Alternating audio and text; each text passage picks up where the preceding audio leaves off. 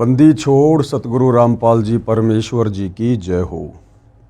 परमपिता परमात्मा सारी सृष्टि के रचनहार, कुल मालिक, असंख्य ब्रह्मांडों के स्वामी, जगत गुरु, तीनों लोकों में प्रवेश करके सबका धारण पोषण करने वाले, राजाधिराज, आत्माधार, नाथों के नाथ, देवों के देव महादेव, सर्वेश्वर, महेश्वर, मृत्युंजय, अजरो अमर, आदि अनादि सनातनी प्रभु, जगत पिता जगदीश्वर, श्री श्री 1008 की उपाधि के वास्तविक अधिकारी, अकाल मूरत सौद स्वरूपी राम वासुदेव सर्वगतम ब्रह्म, परम पूज्य, प्रथम पूज्य, परम संत, परम पुरुष, परम धनी, परम दयालु, सत्य कबीर, हक्का कबीर, अल्लाहु कबीर, अल्लाहु अकबर, बाखबर अल्लाह ताला, जगत के तारणहार, जगत के मुक्तिदाता, जगत के जगन्नाथ, हारे के सहारे, हिंदुओं के राम, मुसलमानों के अल्लाह, सिखों के वाहिगुरु, ईसाइयों के मसीह, दया के सागर दयानिधि, करुणा के सागर करुणानिधि, स्वयंभू परिभू, संकट मोचन, कष्टहरण, मंगल करण,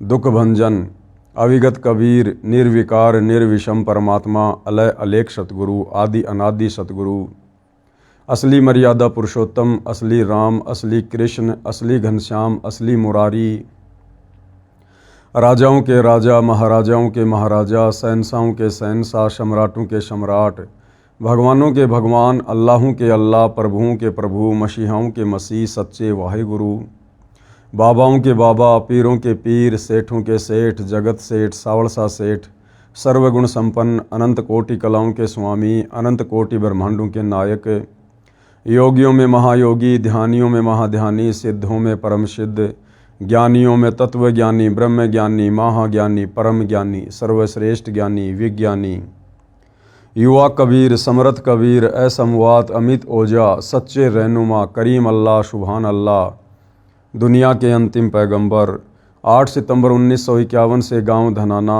जिला सोनीपत, हरियाणा, भारतवर्ष की पावन भूमि पे प्रकट रियल कल की भगवान श्री नारायण साकार हरि, श्री बाबा साहेब, नूर अनंत परमात्मा, सच्चे दरवेश, सच्चे बाखबर, संत शिरोमणि सतगुरु रामपाल जी परमेश्वर जी के चरण कमल में साध संगति से जुड़े हुए देश विदेश से आप और हम सभी सत्सेवक भाई बहनों का अनंत कोटि दंडवत प्रणाम।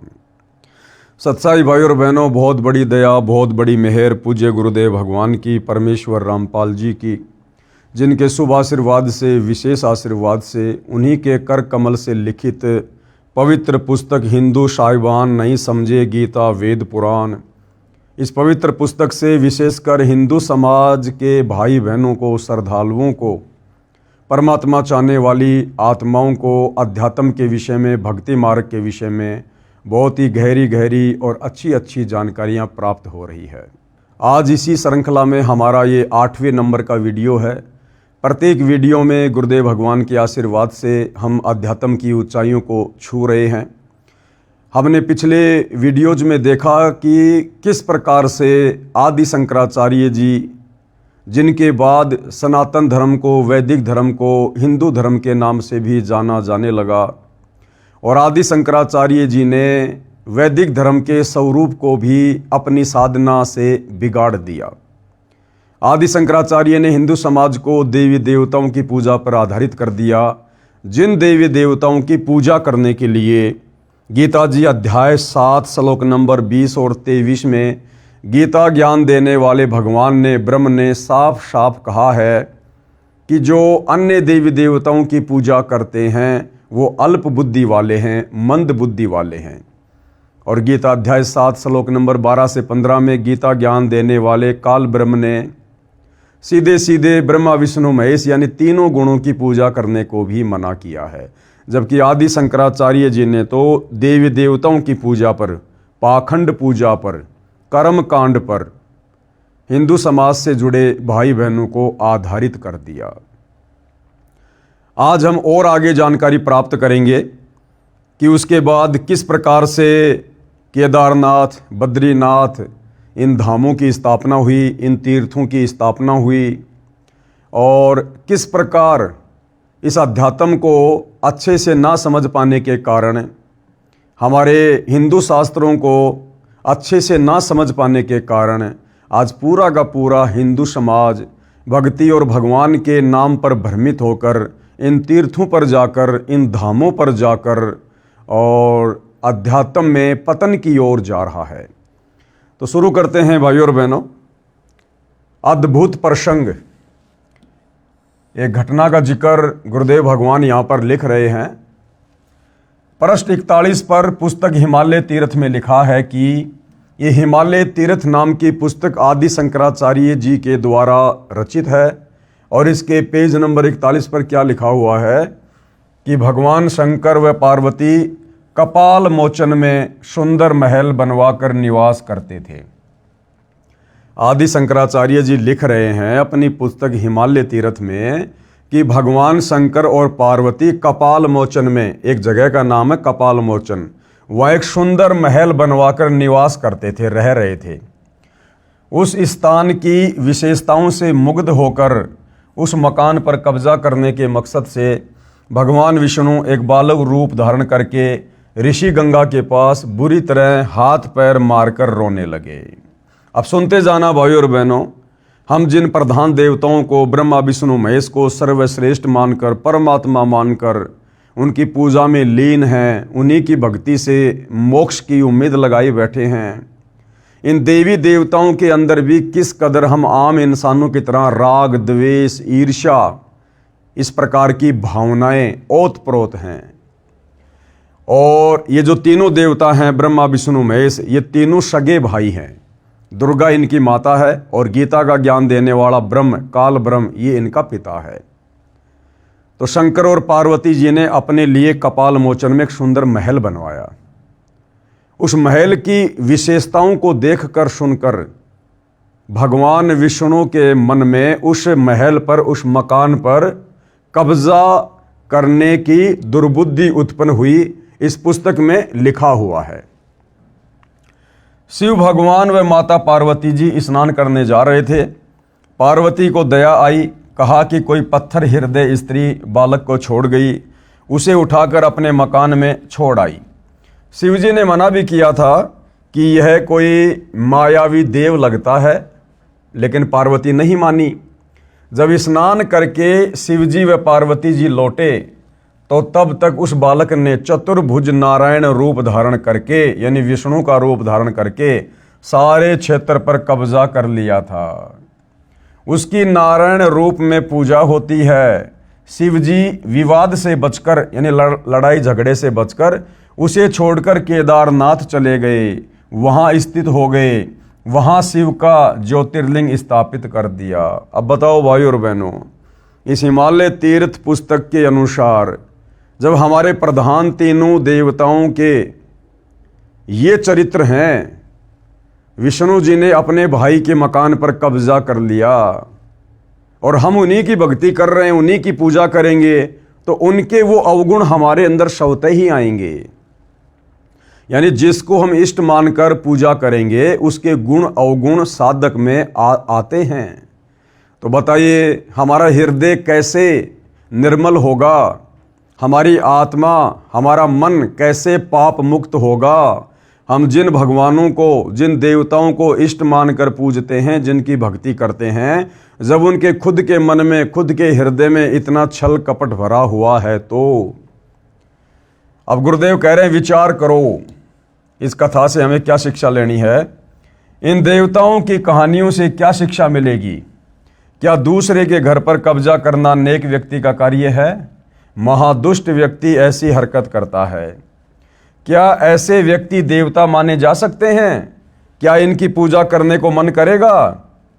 क्या श्री विष्णु जी ऐसी बेहुदी हरकत कर सकते हैं?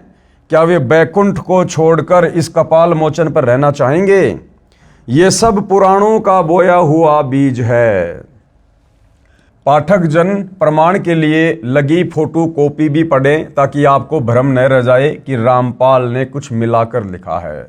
यानी सतगुरु रामपाल जी कह रहे हैं कि भैया मैं अपनी तरफ से एक शब्द भी नहीं बोल रहा, ना मैं लिख रहा।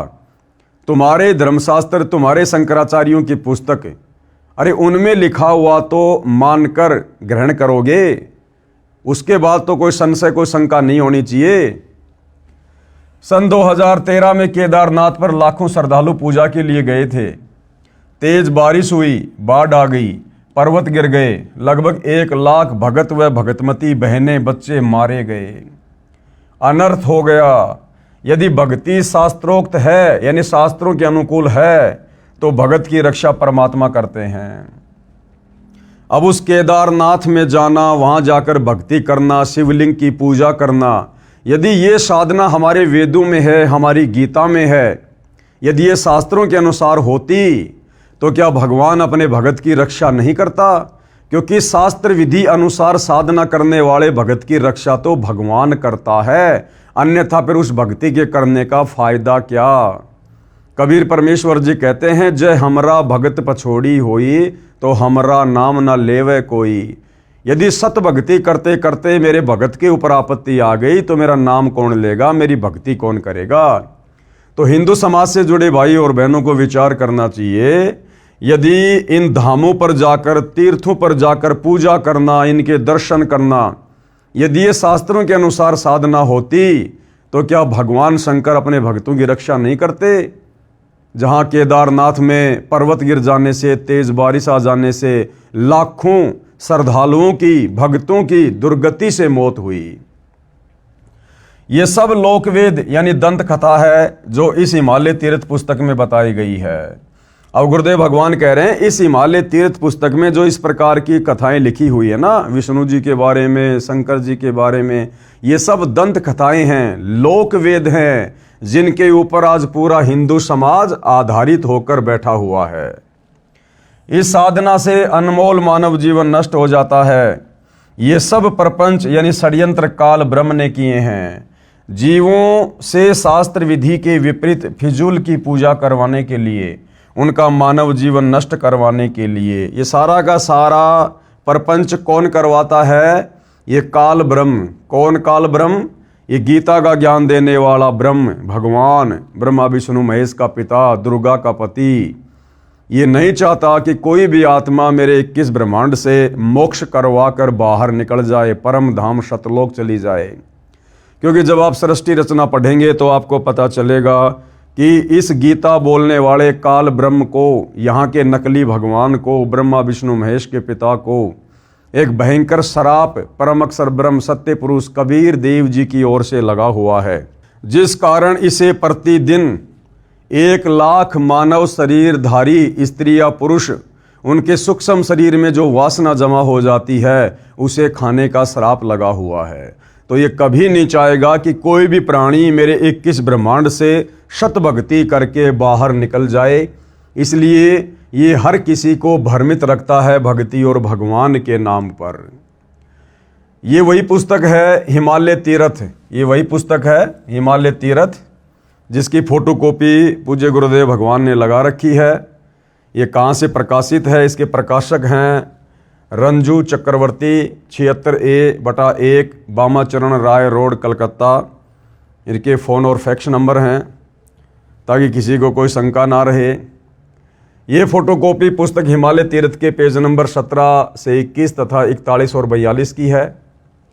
उत्तराखंड के पंच केदार श्री केदारनाथ, भारत के उत्तर नागाधिराज की सुरम में उपत्यका में स्थित केदार क्षेत्र प्राचीन काल से ही मानव मात्र के लिए पावन मोक्षदायक रहा है।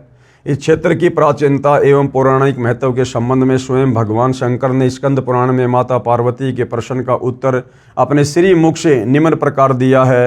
ये संस्कृत में लिखा हुआ है, पढ़ लेना आप जी। उसी हिमालय तीर्थ नामक पुस्तक की ये फोटोकॉपी है। यानी जो बातें पूज्य गुरुदेव भगवान ने अपने कर कमल से इस पवित्र पुस्तक हिंदू साहिबान नहीं समझे गीता वेद पुराण में लिखी है, वो सारी बातें यहाँ पर लिखी हुई हैं ताकि किसी को कोई संदेह ना हो। ऋषि श्री नर और नारायण ने भगवान शिव को प्रसन्न करने के लिए बड़ी कठिन तपस्या की। अब बताओ, तपस्या करने के लिए तो गीता जी मना कर रही है, वेद मना कर रहे हैं, और इस केदार क्षेत्र में नर और नारायण ने शंकर जी को प्रसन्न करने के लिए कड़ी तपस्या की। तो बताओ भाई और बहनों, हम जिस केदारनाथ धाम में जा रहे हैं मुक्ति के लिए, उस धाम की स्थापना ही शास्त्र विरुद्ध साधना से हुई है, नर और नारायण के तपस्या करने से हुई है। जब नर और नारायण ही शास्त्रों के विरुद्ध तप कर रहे थे, जब उनकी स्वयं की मुक्ति नहीं है, तो उनके द्वारा स्थापित उस केदार धाम पर जाकर भला वर्तमान में आप और हमारी मुक्ति कहाँ से हो जाएगी। नर और नारायण ने भगवान शिव को प्रसन्न करने के लिए बड़ी कठिन तपस्या की। इस तपस्या से तीनों लोकों में उनकी चर्चा होने लगी, जिसकी सभी लोकों में प्रशंसा होने लगी। फलस्वरूप भगवान शंकर भी नर नारायण की तपस्या से प्रसन्न हुए और उन्होंने प्रत्यक्ष प्रकट होकर ऋषियों को दर्शन दिए। ये काल सारे खेल खेलता है भाइयों और बहनों। उस शंकर भगवान के रूप में ये काल प्रकट हो जाता है लोगों को इस प्रकार की उल्टी साधनाओं पर दृढ़ करने के लिए। दोनों ऋषियों ने भगवान भोलेनाथ के दर्शन से आनंद विभोर होकर स्तुतियों और मंत्रों से उनकी पूजा अर्चना की। भगवान शिव ने अत्यंत प्रसन्न होकर उनसे वर मांगने को कहा। भगवान शंकर की ये बात सुनकर उन दोनों ऋषियों ने देवादिदेव महादेव से प्रार्थना की। क्या प्रार्थना की? ये संस्कृत में श्लोक है, पढ़ लेना। हे प्रभु, यदि आप प्रसन्न हैं और वर देना चाहते हैं तो अपने इसी स्वरूप में जगत कल्याण एवं हमारी पूजा प्राप्त करने हेतु यहाँ स्थित होवे, ताकि जगत का महान उपकार एवं भक्तों के मनोरथ आपके दर्शनों से परिपूर्ण हो। इस प्रकार भगवान शंकर नर नारायण की भक्ति से प्रसन्न होकर वहाँ स्थिर हुए। यानी काल ने तो भाई और बहनों ये खूंटा रोपना था, शास्त्र विरुद्ध साधना का इन धामों की स्थापना करवानी थी, जीवों को भक्ति के नाम पर धक्के खिलाने के लिए, भटकाने के लिए। देवादिदेव महादेव, यदि आप हम पर प्रसन्न हो तो भक्तों के कल्याण हेतु आप सदा सदा के लिए अपने स्वरूप को इस स्थान पर स्थापित करने की कृपा करें। अगर वहीं पर शंकर जी का स्वरूप है तो बाकी जगह जो लाखों मंदिर बने हुए, तीर्थ बने हुए शंकर के, फिर वहां पर जाकर भक्ति करने का क्या फायदा। यहाँ आकर आपका दर्शन पूजन करने वाले मनुष्यों को आपकी अविनाशी भक्ति प्राप्त होगी। बताओ, कह रहे अब यहाँ आकर आपके दर्शन करने वाले भक्तों को भक्ति और मुक्ति प्राप्त होगी, उनका कल्याण हो जाएगा।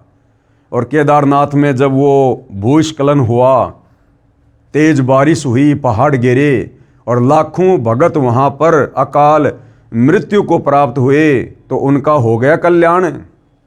तो भाई और बहनों, ये शास्त्र विरुद्ध साधना है। काल हमें इसी प्रकार से भ्रमित रखता है। अब ये सारा का सारा भेद, अध्यात्म का निष्कर्ष, सार, निचोड़ सतगुरु रामपाल जी ने आकर इन्हीं धर्मशास्त्रों को खोल खोल कर बताया है, दिखाया है। और जब तक तत्वदर्शी संत साधक की बुद्धि ऑन नहीं करेगा तब तक वो समझ भी नहीं पाता है। ऋषियों की प्रार्थना सुनकर भगवान शिव ने ज्योतिर्लिंग के रूप में यहाँ वास करना स्वीकार किया। भगवान शिव से वर मांगते हुए नर और नारायण ऋषियों ने इस ज्योतिर्लिंग और इस पवित्र स्थान के विषय में जो कुछ कहा है वह अक्षरश सत्य है। इस ज्योतिर्लिंग के दर्शन, पूजन तथा यहाँ स्नान दान करने से भक्तों के लौकिक फलों की प्राप्ति के साथ ही अचल शिव भक्ति और साथ ही मोक्ष की प्राप्ति भी सहज हो जाती है। अरे भैया, मोक्ष की प्राप्ति तो खुद गीता का ज्ञान देने वाला 21 ब्रह्मांड का सबसे बड़ा नकली भगवान, ये काल ब्रह्म ज्योति निरंजन, आपके शंकर जी का भी पिताजी यानी ब्रह्मा विष्णु महेश के पिता, ये काल ब्रह्म, ये खुद कह रहा है कि भैया मेरी भक्ति से भी मोक्ष नहीं है, मेरी भक्ति से भी मुक्ति नहीं मिल सकती, जन्म मरण का रोग समाप्त नहीं हो सकता। तो उस काल ब्रह्म के पुत्र शंकर की भक्ति करने से जिसकी भक्ति करने का विधान गीता जी में है ही नहीं। गीता अध्याय 7 श्लोक नंबर 12 से 15 में तीनों गुणों, रजगुण ब्रह्मा, सतगुण विष्णु, तमगुण शिव की भक्ति करने के लिए खुद गीता का ज्ञान देने वाला भगवान मना कर रहा है। तो भला शंकर जी की भक्ति करने से, इस धाम पर जाने से, ज्योतिर्लिंग की पूजा करने से, दर्शन करने से भला कैसे मुक्ति हो जाएगी, जब स्वयं शंकर जी जन्म और मरण में हैं, स्वयं शंकर जी की मुक्ति नहीं है। तो शंकर जी की भक्ति करने से इस जीव आत्मा का सदा सदा के लिए मोक्ष कैसे हो जाएगा। हिमालय में केदार नामक पर्वत शिखर पर प्रतिष्ठित होने के कारण इस ज्योतिर्लिंग को श्री केदारेश्वर ज्योतिर्लिंग के नाम से भी जाना जाता है। केदार शब्द का शाब्दिक अर्थ ऐसे स्थान से होता है जहां दलदल एवं अति मात्रा में पानी हो। केदार क्षेत्र में यही स्थिति है क्योंकि भगवान शंकर जल धारा प्रिया हैं। नर और नारायण ऋषियों के पश्चात अन्य ऋषि मुनियों व भक्तों द्वारा ये ज्योतिर्लिंग पूजित रहा है। तत्पश्चात महाभारत काल में पांडवों द्वारा गोत्र हत्या अर्थात महाभारत युद्ध में अपने भाई बंधुओं आदि की हत्या के पाप से मुक्ति हेतु यहाँ पर देवादिदेव महादेव की आराधना की गई। इस प्रसंग में पुराणों में एक कथा आती है।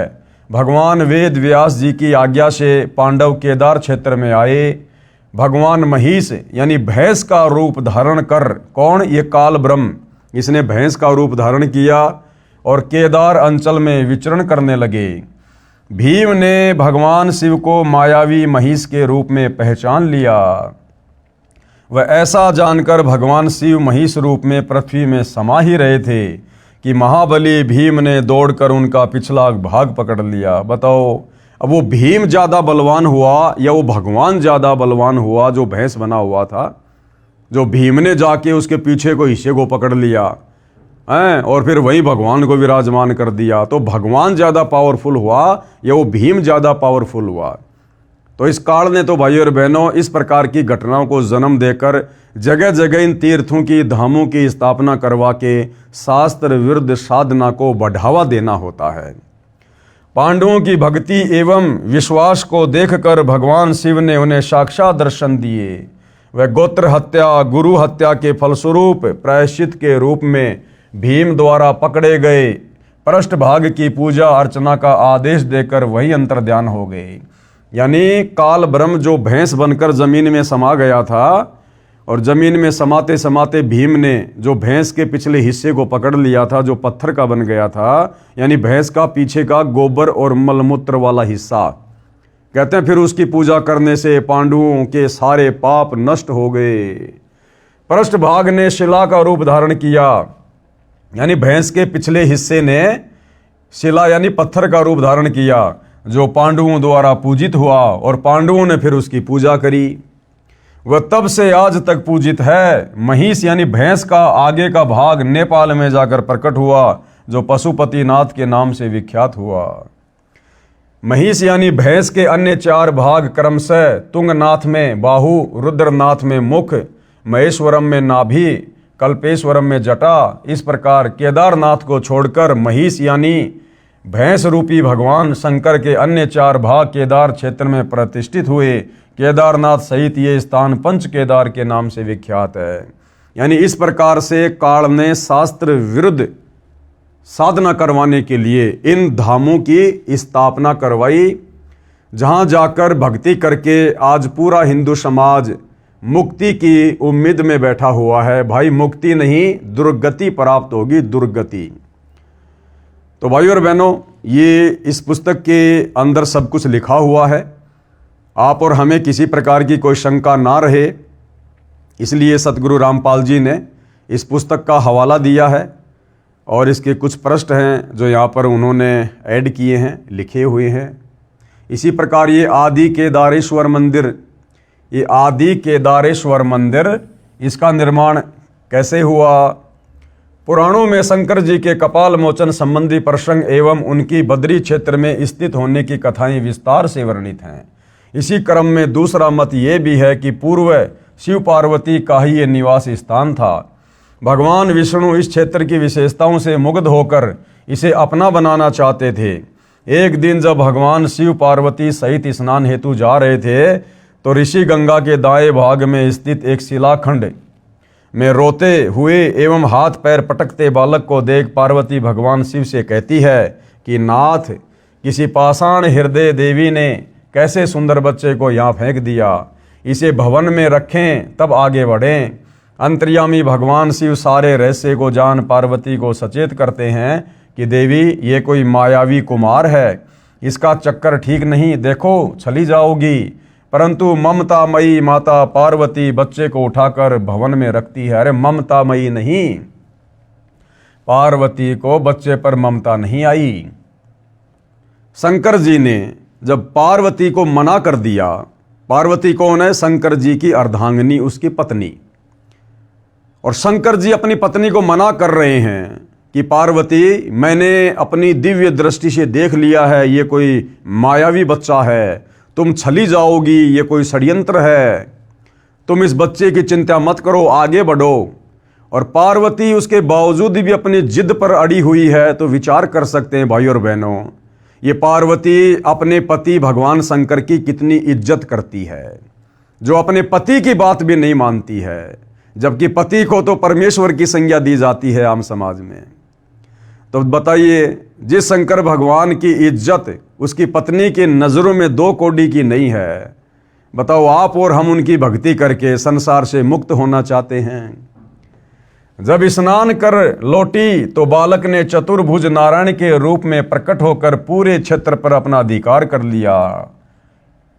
भगवान शिव विवाद से बचकर इस क्षेत्र को त्याग देते हैं और केदार क्षेत्र में स्थित हो जाते हैं। भगवान शिव ने अपने श्री मुख से मां पार्वती को बताया है कि देवी, अब ये कथा कौन लिख रहे हैं? श्री आदि शंकराचार्य जी, हिमालय तीर्थ नामक पुस्तक में। कहते हैं शंकर और पार्वती जी ने ऐसे ऐसे कपाल मोचन में एक बहुत ही अच्छा महल बनवाया।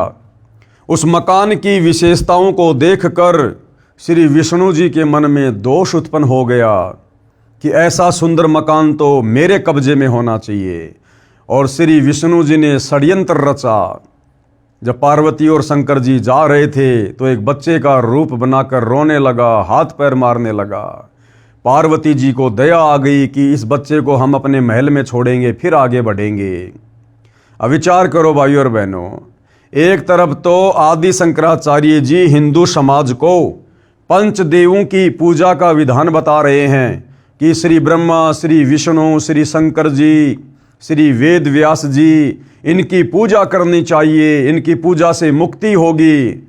और दूसरी तरफ इसी पुस्तक हिमालय तीर्थ में श्री आदि शंकराचार्य जी विष्णु जी के चरित्र के विषय में भी लिख रहे हैं कि विष्णु जी के मन में दोष आ गया, विष्णु जी ने उस मकान के ऊपर कब्जा करने की सोच ली। अब बताओ भाई और बहनों, अपने भाई के मकान पर कब्जा करने वाला, किसी दूसरे की संपत्ति पर कब्जा करने वाला एक सभ्य इंसान भी नहीं हो सकता, देवता तो बहुत दूर की बात है। और फिर आदि शंकराचार्य जी हमें उसी विष्णु की पूजा करने की सलाह दे रहे हैं। तो भाई और बहनों, सब कुछ गोलमाल है, सब कुछ गोलमाल। बिना तत्व ज्ञान के, बिना तत्वदर्शी संत की भक्ति के हम अध्यात्म के विषय में एक कदम भी सही प्रकार से आगे नहीं बढ़ सकते हैं। हिमालय तीर्थ पेज नंबर 42, ये संस्कृत भाषा में लिखा हुआ है। स्कंद पुराण अर्थात आज भी बद्रिकाश्रम में आदि केदार के रूप में मेरा लिंग प्रतिष्ठित है। कौन कह रहे हैं? शंकर जी। जिसका दर्शन एवं स्पर्श यदि प्राणी भक्ति पूर्वक करता है तो करोड़ों जन्मों के पाप भस्म हो जाते हैं। अब बताओ भाई और बहनों, किसी के लिंग के दर्शन करने से कैसे करोड़ों पाप कट जाएंगे? ये लिंग पूजा, शिवलिंग पूजा, ये भाई और बहनों शास्त्रों के विरुद्ध है। अरे पूजा तो परमात्मा की करनी चाहिए, भगवान की करनी चाहिए, परम अक्षर ब्रह्म की करनी चाहिए, सुखदाई परमात्मा की करनी चाहिए। और इस काल ब्रह्म ने हमारे से पूजा करवा दी लिंग की, ज्योतिर्लिंग की। तो भाई और बहनों, अब आप और हमने आंखें खोलनी पड़ेंगी। हमने अपने मनुष्य जन्म को सफल करना है। स्वयं परमात्मा, परम अक्षर ब्रह्म, तत्वदर्शी संत के रूप में धरती पर प्रकट हो चुके हैं।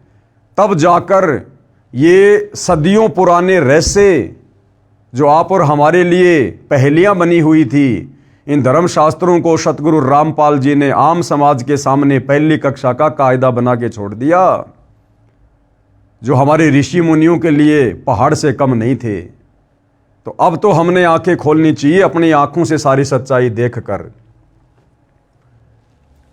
तीर्थ परंपरा में भी पूर्व केदारनाथ जी के दर्शन आवश्यक बताए गए हैं। जो कार्य तीर्थ यात्री पूर्व केदारनाथ न जा पाए हों, वे भी आदि केदारेश्वर दर्शन के उपरांत पूर्ण तीर्थ फल के अधिकारी होते हैं। शंकराचार्य यानी आदि शंकराचार्य जी के विषय में क्या कुछ लिखा हुआ है? आदि केदारेश्वर के समक्ष शंकराचार्य जी की दिव्य संगमरमर की मूर्ति है। शिव रहस्य के अनुसार अर्थात कलयुग के 3000 वर्ष व्यतीत होने पर बौद्ध मीमांसकों के मत पर विजय प्राप्ति के लिए शंकर यति के रूप में आविर्भूत हुए, यानी जन्म हुआ। शंकराचार्य जी के दर्शनों के उपरांत भगवान बद्रीश्वर के मंदिर में प्रवेश की परंपरा है। बताओ, पहले तो शंकराचार्य के दर्शन करो, यानी एक जीव के दर्शन करो, और उसके बाद फिर भगवान के दर्शन करने जाओ।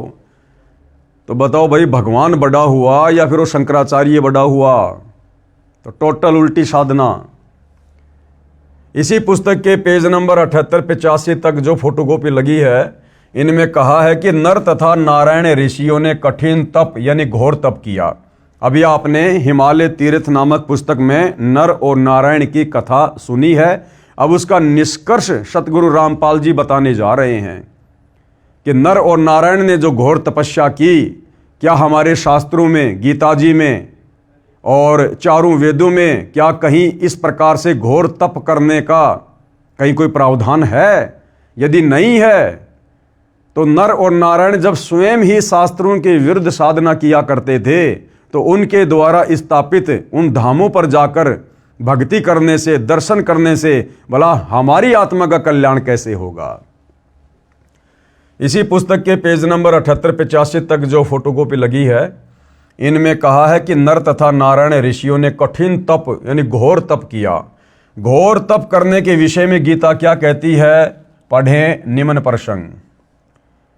विश्व में जितने धर्म यानी पंथ प्रचलित हैं, उनमें सनातन धर्म यानी सनातन पंथ, जिसे आदि शंकराचार्य के बाद उनके द्वारा बताई साधना करने वालों के जन समूह को हिंदू कहा जाने लगा तथा सनातन पंथ को हिंदू धर्म के नाम से जाना जाने लगा। ये हिंदू धर्म सबसे पुरातन है। हिंदू धर्म की रीढ़ पवित्र चारों वेद, ऋग्वेद, यजुर्वेद, सामवेद तथा अथर्ववेद तथा पवित्र श्रीमद् भगवद गीता है। यानी हिंदू धर्म के पवित्र ग्रंथ क्या हैं? चारों वेद और पवित्र गीता जी। सतयुग के प्रारंभ में केवल 4 वेदों के आधार से विश्व का मानव धर्म कर्म किया करता था। यानी सतयुग की शुरुआत में ये पाखंड पूजा नहीं होती थी, ब्रह्मा विष्णु महेश की पूजा नहीं होती थी, देवी देवताओं की, भैरव भूत बेताल की पूजा नहीं हुआ करती थी। केवल वेदों के अनुसार एक ओम नाम की साधना साधक किया करता था। शास्त्रोक्त साधना लगभग 1 लाख वर्ष तक ठीक से चली। ये वेदों के अनुसार जो साधना थी, ये केवल सतयुग की शुरुआत में 1 लाख वर्ष तक चली। ये चारों वेद प्रभुदत्त यानी गॉड गिवन हैं। इन्हीं का सार श्रीमद् भगवद गीता है। इसलिए ये गीता शास्त्र भी प्रभुदत्त यानी गॉड गिवन हुआ। अब गीता जी में घोर तप के विषय में क्या मार्गदर्शन है, क्या दिशा निर्देश है, जो घोर तप नर और नारायण ने किया? ध्यान देने योग्य ये है कि जो ज्ञान स्वयं परमात्मा ने बताया है, वह ज्ञान पूर्ण सत्य होता है। इसलिए ये दोनों शास्त्र निसंदेह विश्वसनीय हैं। प्रत्येक मानव को इनके अंदर बताई साधना करनी चाहिए। वह साधना शास्त्र विधि अनुसार कही जाती है। यानी चारों वेदों और गीता जी के अनुसार जो साधना की जाती है, उसे शास्त्र विधि अनुसार साधना कहा जाता है। इन शास्त्रों में जो साधना नहीं करने को कहा है, उसे जो करता है तो वह शास्त्र विधि त्याग कर मनमाना आचरण कर रहा है। जैसा कि नर और नारायण ने घोर तप करके शास्त्र विरुद्ध साधना की, जिसके विषय में गीता अध्याय 16 श्लोक 23 और 24 में इस प्रकार कहा है। यानी शास्त्र विधि को त्याग के जो मनमानी भक्ति साधना करता है, उसके विषय में खुद गीता का ज्ञान देने वाला भगवान ये काल ब्रह्म गीता जी में क्या कह रहा है। श्लोक नंबर 23, जो पुरुष यानी जो भगत, जो व्यक्ति, जो साधक यानी साधक शास्त्र विधि को त्याग कर, यानी वेद और गीता जी वाली भक्ति विधि को त्याग कर अपनी इच्छा से मनमाना आचरण करता है, वह न सिद्धि को प्राप्त होता है, न परम गति यानी पूर्ण मोक्ष को, और न सुख को ही प्राप्त होता है। गीता अध्याय 16 श्लोक नंबर 23 का ये निष्कर्ष है। फिर श्लोक नंबर 24 क्या कहता है? इससे तेरे लिए इस कर्तव्य यानी जो भक्ति कर्म करने योग्य हैं, और अकर्तव्य यानी जो भक्ति कर्म न करने योग्य हैं, इस व्यवस्था में शास्त्र ही प्रमाण हैं। ऐसा जानकर तू शास्त्र विधि से नियत कर्म यानी जो शास्त्रों में करने को कहा है, वो भक्ति कर्म ही करने योग्य हैं। गीता अध्याय 16 श्लोक नंबर 24। हिंदू साहिबान पढ़ें फोटोकॉपी श्रीमद् भगवद गीता पदच्छेद 99 के अध्याय 16 श्लोक 23-24 की प्रमाण के लिए, जो गीता प्रेस गोरखपुर से मुद्रित है तथा प्रकाशित है तथा श्री जय दयाल गोविंदका जी द्वारा अनुवादित है। यानी शास्त्र विधि को त्याग कर वेद और गीता जी के विरुद्ध जो साधना की जाती है उसके विषय में गीता जी क्या कह रही है। गीता अध्याय 16 श्लोक 23 की फोटोकॉपी है। ये संस्कृत में श्लोक है आप जी की आंखों के सामने, इधर हिंदी में अनुवाद है। जो पुरुष यानी जो व्यक्ति, जो भगत शास्त्र विधि को त्याग कर, शास्त्र विधि यानी वेद और गीता जी में जो भक्ति लिखी है उस भक्ति को त्याग कर जो अपनी तरफ से मनमानी भक्ति करता है, कोई तप करता है, अपनी इच्छा से मनमाना आचरण करता है, वह न सिद्धि को प्राप्त होता है, यानी उसका कोई कार्य सिद्ध नहीं होता है भक्ति वाला, आत्म कल्याण वाला, न परम गति को, और न अंत समय में मरने के बाद उसे परम गति मिलती है, और न सुख को ही प्राप्त होता है, और ना उसे किसी प्रकार का कोई आध्यात्मिक लाभ या सुख मिलता है। किसको? जो व्यक्ति शास्त्रों के विरुद्ध मनमाने तरीके से भक्ति करता है, मनमाने मंत्रों का जाप करता है। और भाइयों और बहनों, चारों वेदों में और गीता जी में केवल एक ओम मंत्र के जाप करने का विधान है, और ये ओम मंत्र इस काल ब्रह्म का है, ब्रह्म साधना का। इसके अलावा कोई भी व्यक्ति जो भी मंत्र जाप करता है वो इस काल की प्राप्ति नहीं कर सकता, इसके ब्रह्मलोक को प्राप्त नहीं कर सकता, और सीधा नरक में और 84 लाख योनियों में ही जाता है। फिर गीता अध्याय 16 श्लोक 24 हमें क्या कह रहा है कि भाई फिर हमें क्या करना चाहिए, फिर हमें किस चीज को आधार बनाना चाहिए कि कौन सी भक्ति सही है और कौन सी भक्ति गलत है। तो गीता अध्याय 16 श्लोक 24 क्या कहता है? तस्मात् शास्त्रम प्रमाणम, यानी अर्जुन इसके लिए शास्त्र ही प्रमाण है। और शास्त्र क्या है? चारों वेद और गीता जी।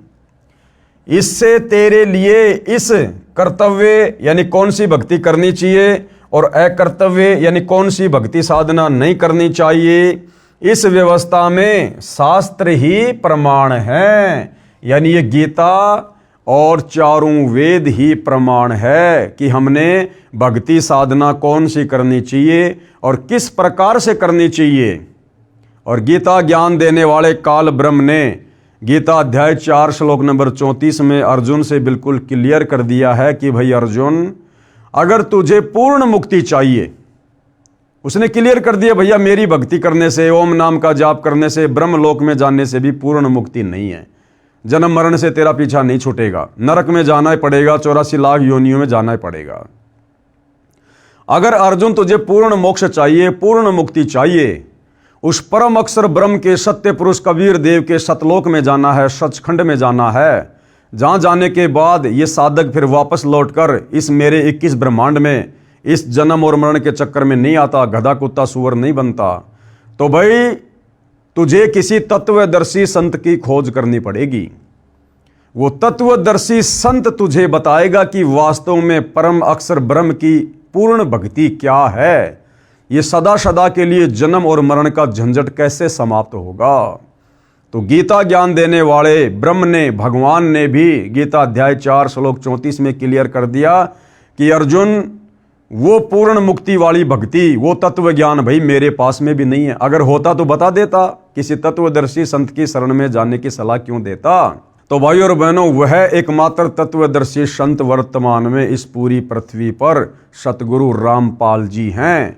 निसंदेह आप लोगों को अब ये बात धीरे धीरे समझ में आ जानी चाहिए, क्योंकि आज से पहले हमारे किसी भी धर्मगुरु ने, किसी भी आचार्य और शंकराचार्य ने इस अध्यात्म को इस प्रकार से सार्वजनिक तौर पर दिखा कर क्लियर नहीं किया, जिस प्रकार से सन 1994 से सतगुरु रामपाल जी करते आ रहे हैं।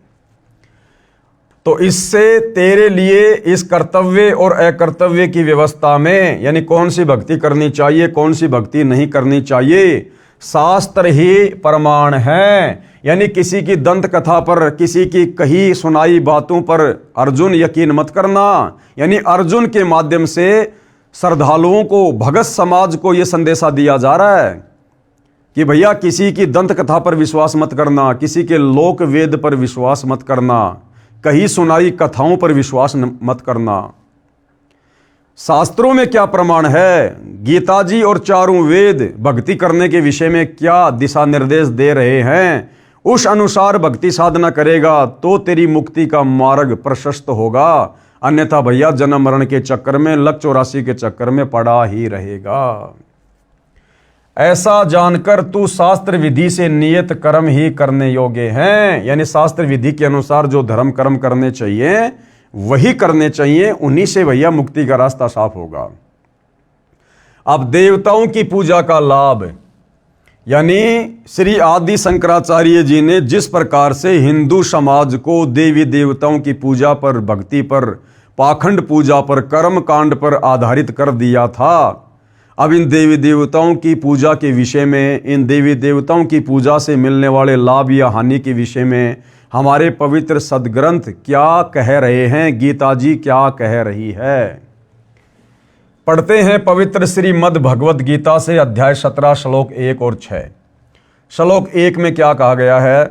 इस श्लोक में अर्जुन ने गीता ज्ञान देने वाले प्रभु से प्रश्न किया है कि हे कृष्ण, जो मनुष्य शास्त्र विधि को त्याग कर श्रद्धा से युक्त हुए देवादि यानी देवी देवताओं का पूजन करते हैं, उनकी स्थिति फिर कौन सी है।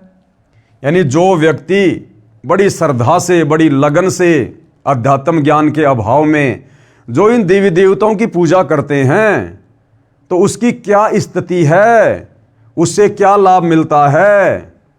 सात्विक हैं अथवा राजसी या तामसी, यानी वो साधक वो किस स्वभाव के होते हैं जो देवी देवताओं की पूजा करते हैं, उनका स्वभाव कैसा होता है, उनका आचरण कैसा होता है। वे सात्विक प्रवृत्ति के होते हैं या राजसी प्रवृत्ति के या फिर तामसी प्रवृत्ति के। गीता अध्याय 7 श्लोक 1 में अर्जुन ने सवाल किया। अब इसका उत्तर श्लोक 2 और 6 तक दिया गया है। गीता ज्ञानदाता प्रभु का उत्तर संक्षिप्त में इस प्रकार है। मनुष्यों की श्रद्धा उनके पूर्व जन्म के संस्कार अनुसार सात्विक, राजसी तथा तामसी होती है। यानी किस मनुष्य ने, किस भगत ने पूर्व जन्म में किस प्रकार की भक्ति साधना की है, उसी प्रकार से अगले मनुष्य जन्म में जब भी उसको प्राप्त होता है लक 84 भोगने के बाद, तो पिछले जन्म की भक्ति के आधार से उसके अगले जन्म की साधना का मार्ग निकल कर सामने आता है कि वो व्यक्ति किस प्रवृत्ति का है, राजसी प्रवृत्ति का है, तामसी प्रवृत्ति का है या फिर सात्विक प्रवृत्ति का है। गीता अध्याय 17 श्लोक 2 का निष्कर्ष है। हे भारत यानी हे अर्जुन, सभी मनुष्यों की श्रद्धा उनके अंतःकरण के अनुरूप होती है। जिनकी जैसी श्रद्धा होती है वह स्वयं भी वही है, यानी वैसे ही स्वभाव का है। गीता अध्याय 17 श्लोक 3 का सारांश है। शास्त्र विरुद्ध साधना करने वाले सात्विक पुरुष देवों को पूजते हैं। यानी जो सात्विक स्वभाव के भगत होते हैं, व्यक्ति होते हैं, वो देवताओं का पूजन करते हैं। राजस पुरुष यक्ष और राक्षसों को तथा अन्य जो तामस मनुष्य हैं, जो क्रोधी हैं, वे प्रेत और भूत गणों को पूजते हैं। ये गीता अध्याय 17 श्लोक नंबर 4 का निष्कर्ष है। हे अर्जुन, जो मनुष्य शास्त्र विधि से रहित केवल मनमाना, मन कल्पित घोर तप को तपते हैं तथा दंभ और अहंकार से युक्त कामना, आसक्ति और बल के अभिमान से भी युक्त हैं।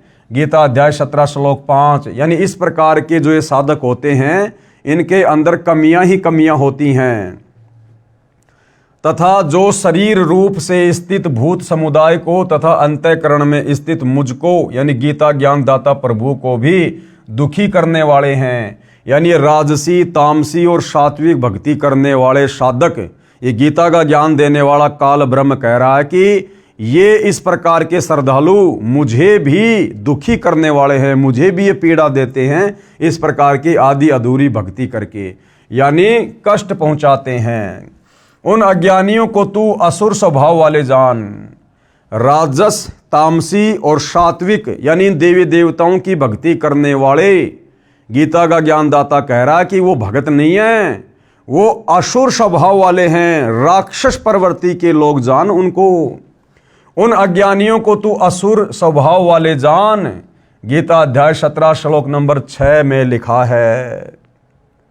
यही प्रमाण गीता अध्याय 16 श्लोक 17 से 20 में भी है। कहा है कि श्लोक 17, वे अपने आप को ही श्रेष्ठ मानने वाले घमंडी पुरुष धन और मान के मद से युक्त केवल नाम मात्र के यज्ञों द्वारा पाखंड से शास्त्र विधि रहित यजन यानी पूजन करते हैं। गीता अध्याय 16 श्लोक 17 का निष्कर्ष है।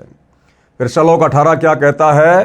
अहंकार, बल, घमंड और ये क्रोध आदि के परायण और दूसरों की निंदा करने वाले पुरुष अपने और दूसरों के शरीर में स्थित मुझसे यानी गीता ज्ञान दाता से द्वेष करने वाले होते हैं। यानी देवी देवताओं की पूजा करने वाले को ये गीता ज्ञान दाता कह रहा है कि वो तो मेरे से भी द्वेष करने वाले हैं, वो तो मेरी साधना पूजा भी नहीं करते। गीता अध्याय 16 श्लोक 18।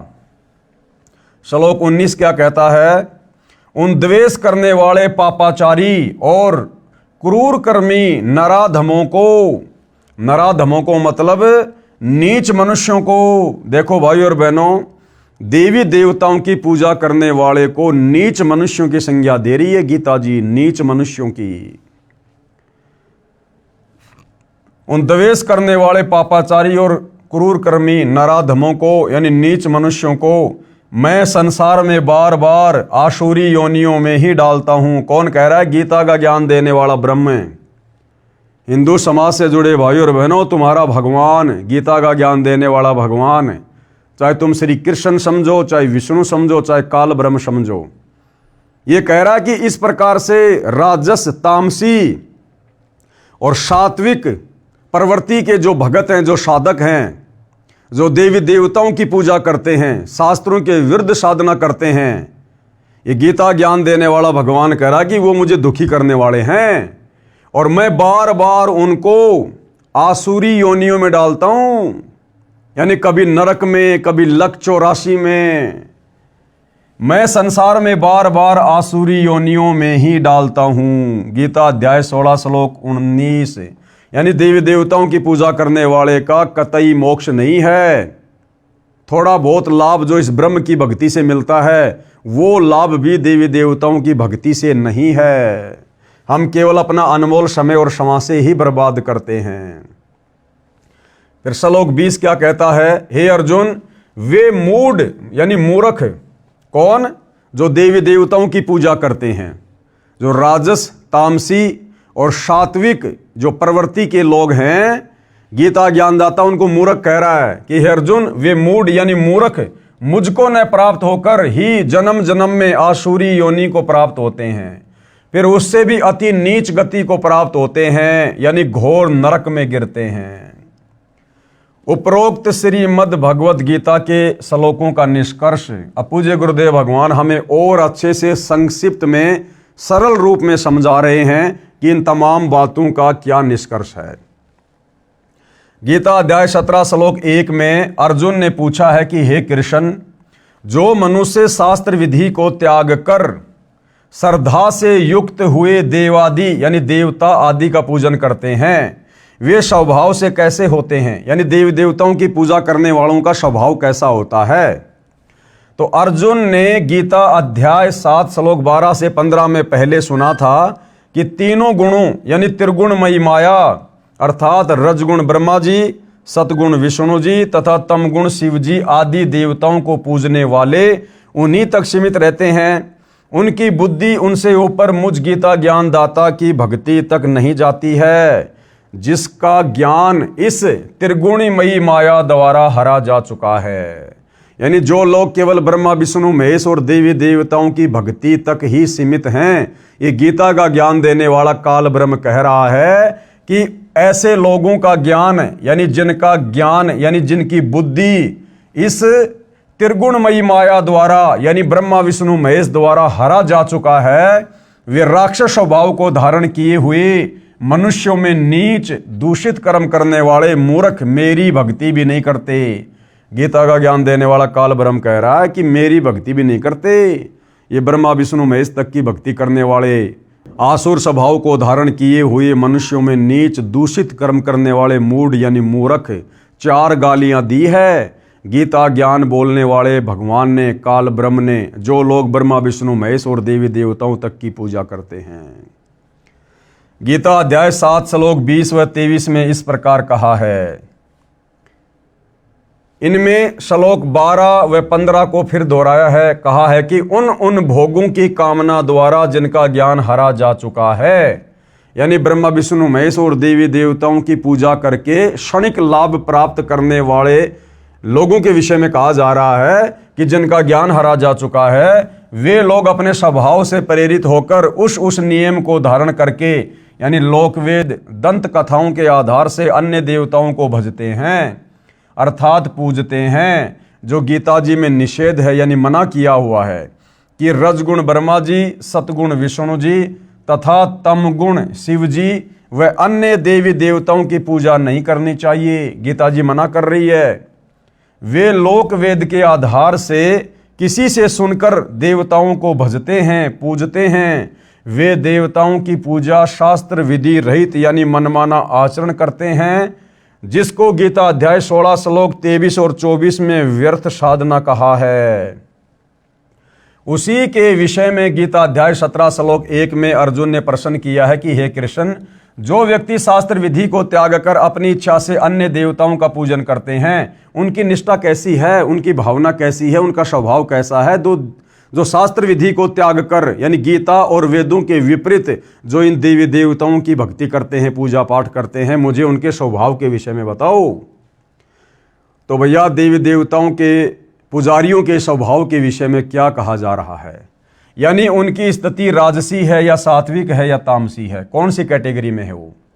भावार्थ है कि जो श्री ब्रह्मा जी रजगुण, श्री विष्णु जी सतगुण तथा श्री शिव जी तमगुण व अन्य देवताओं की पूजा करते हैं, जो वर्तमान में पूरा हिंदू समाज कर रहा है, वह पूजा है तो शास्त्र विधि रहित यानी शास्त्रों के विरुद्ध है। परंतु जो अन्य देवताओं की जो न करने योग्य अकर्तव्य पूजा करते हैं, वे स्वभाव से कैसे होते हैं।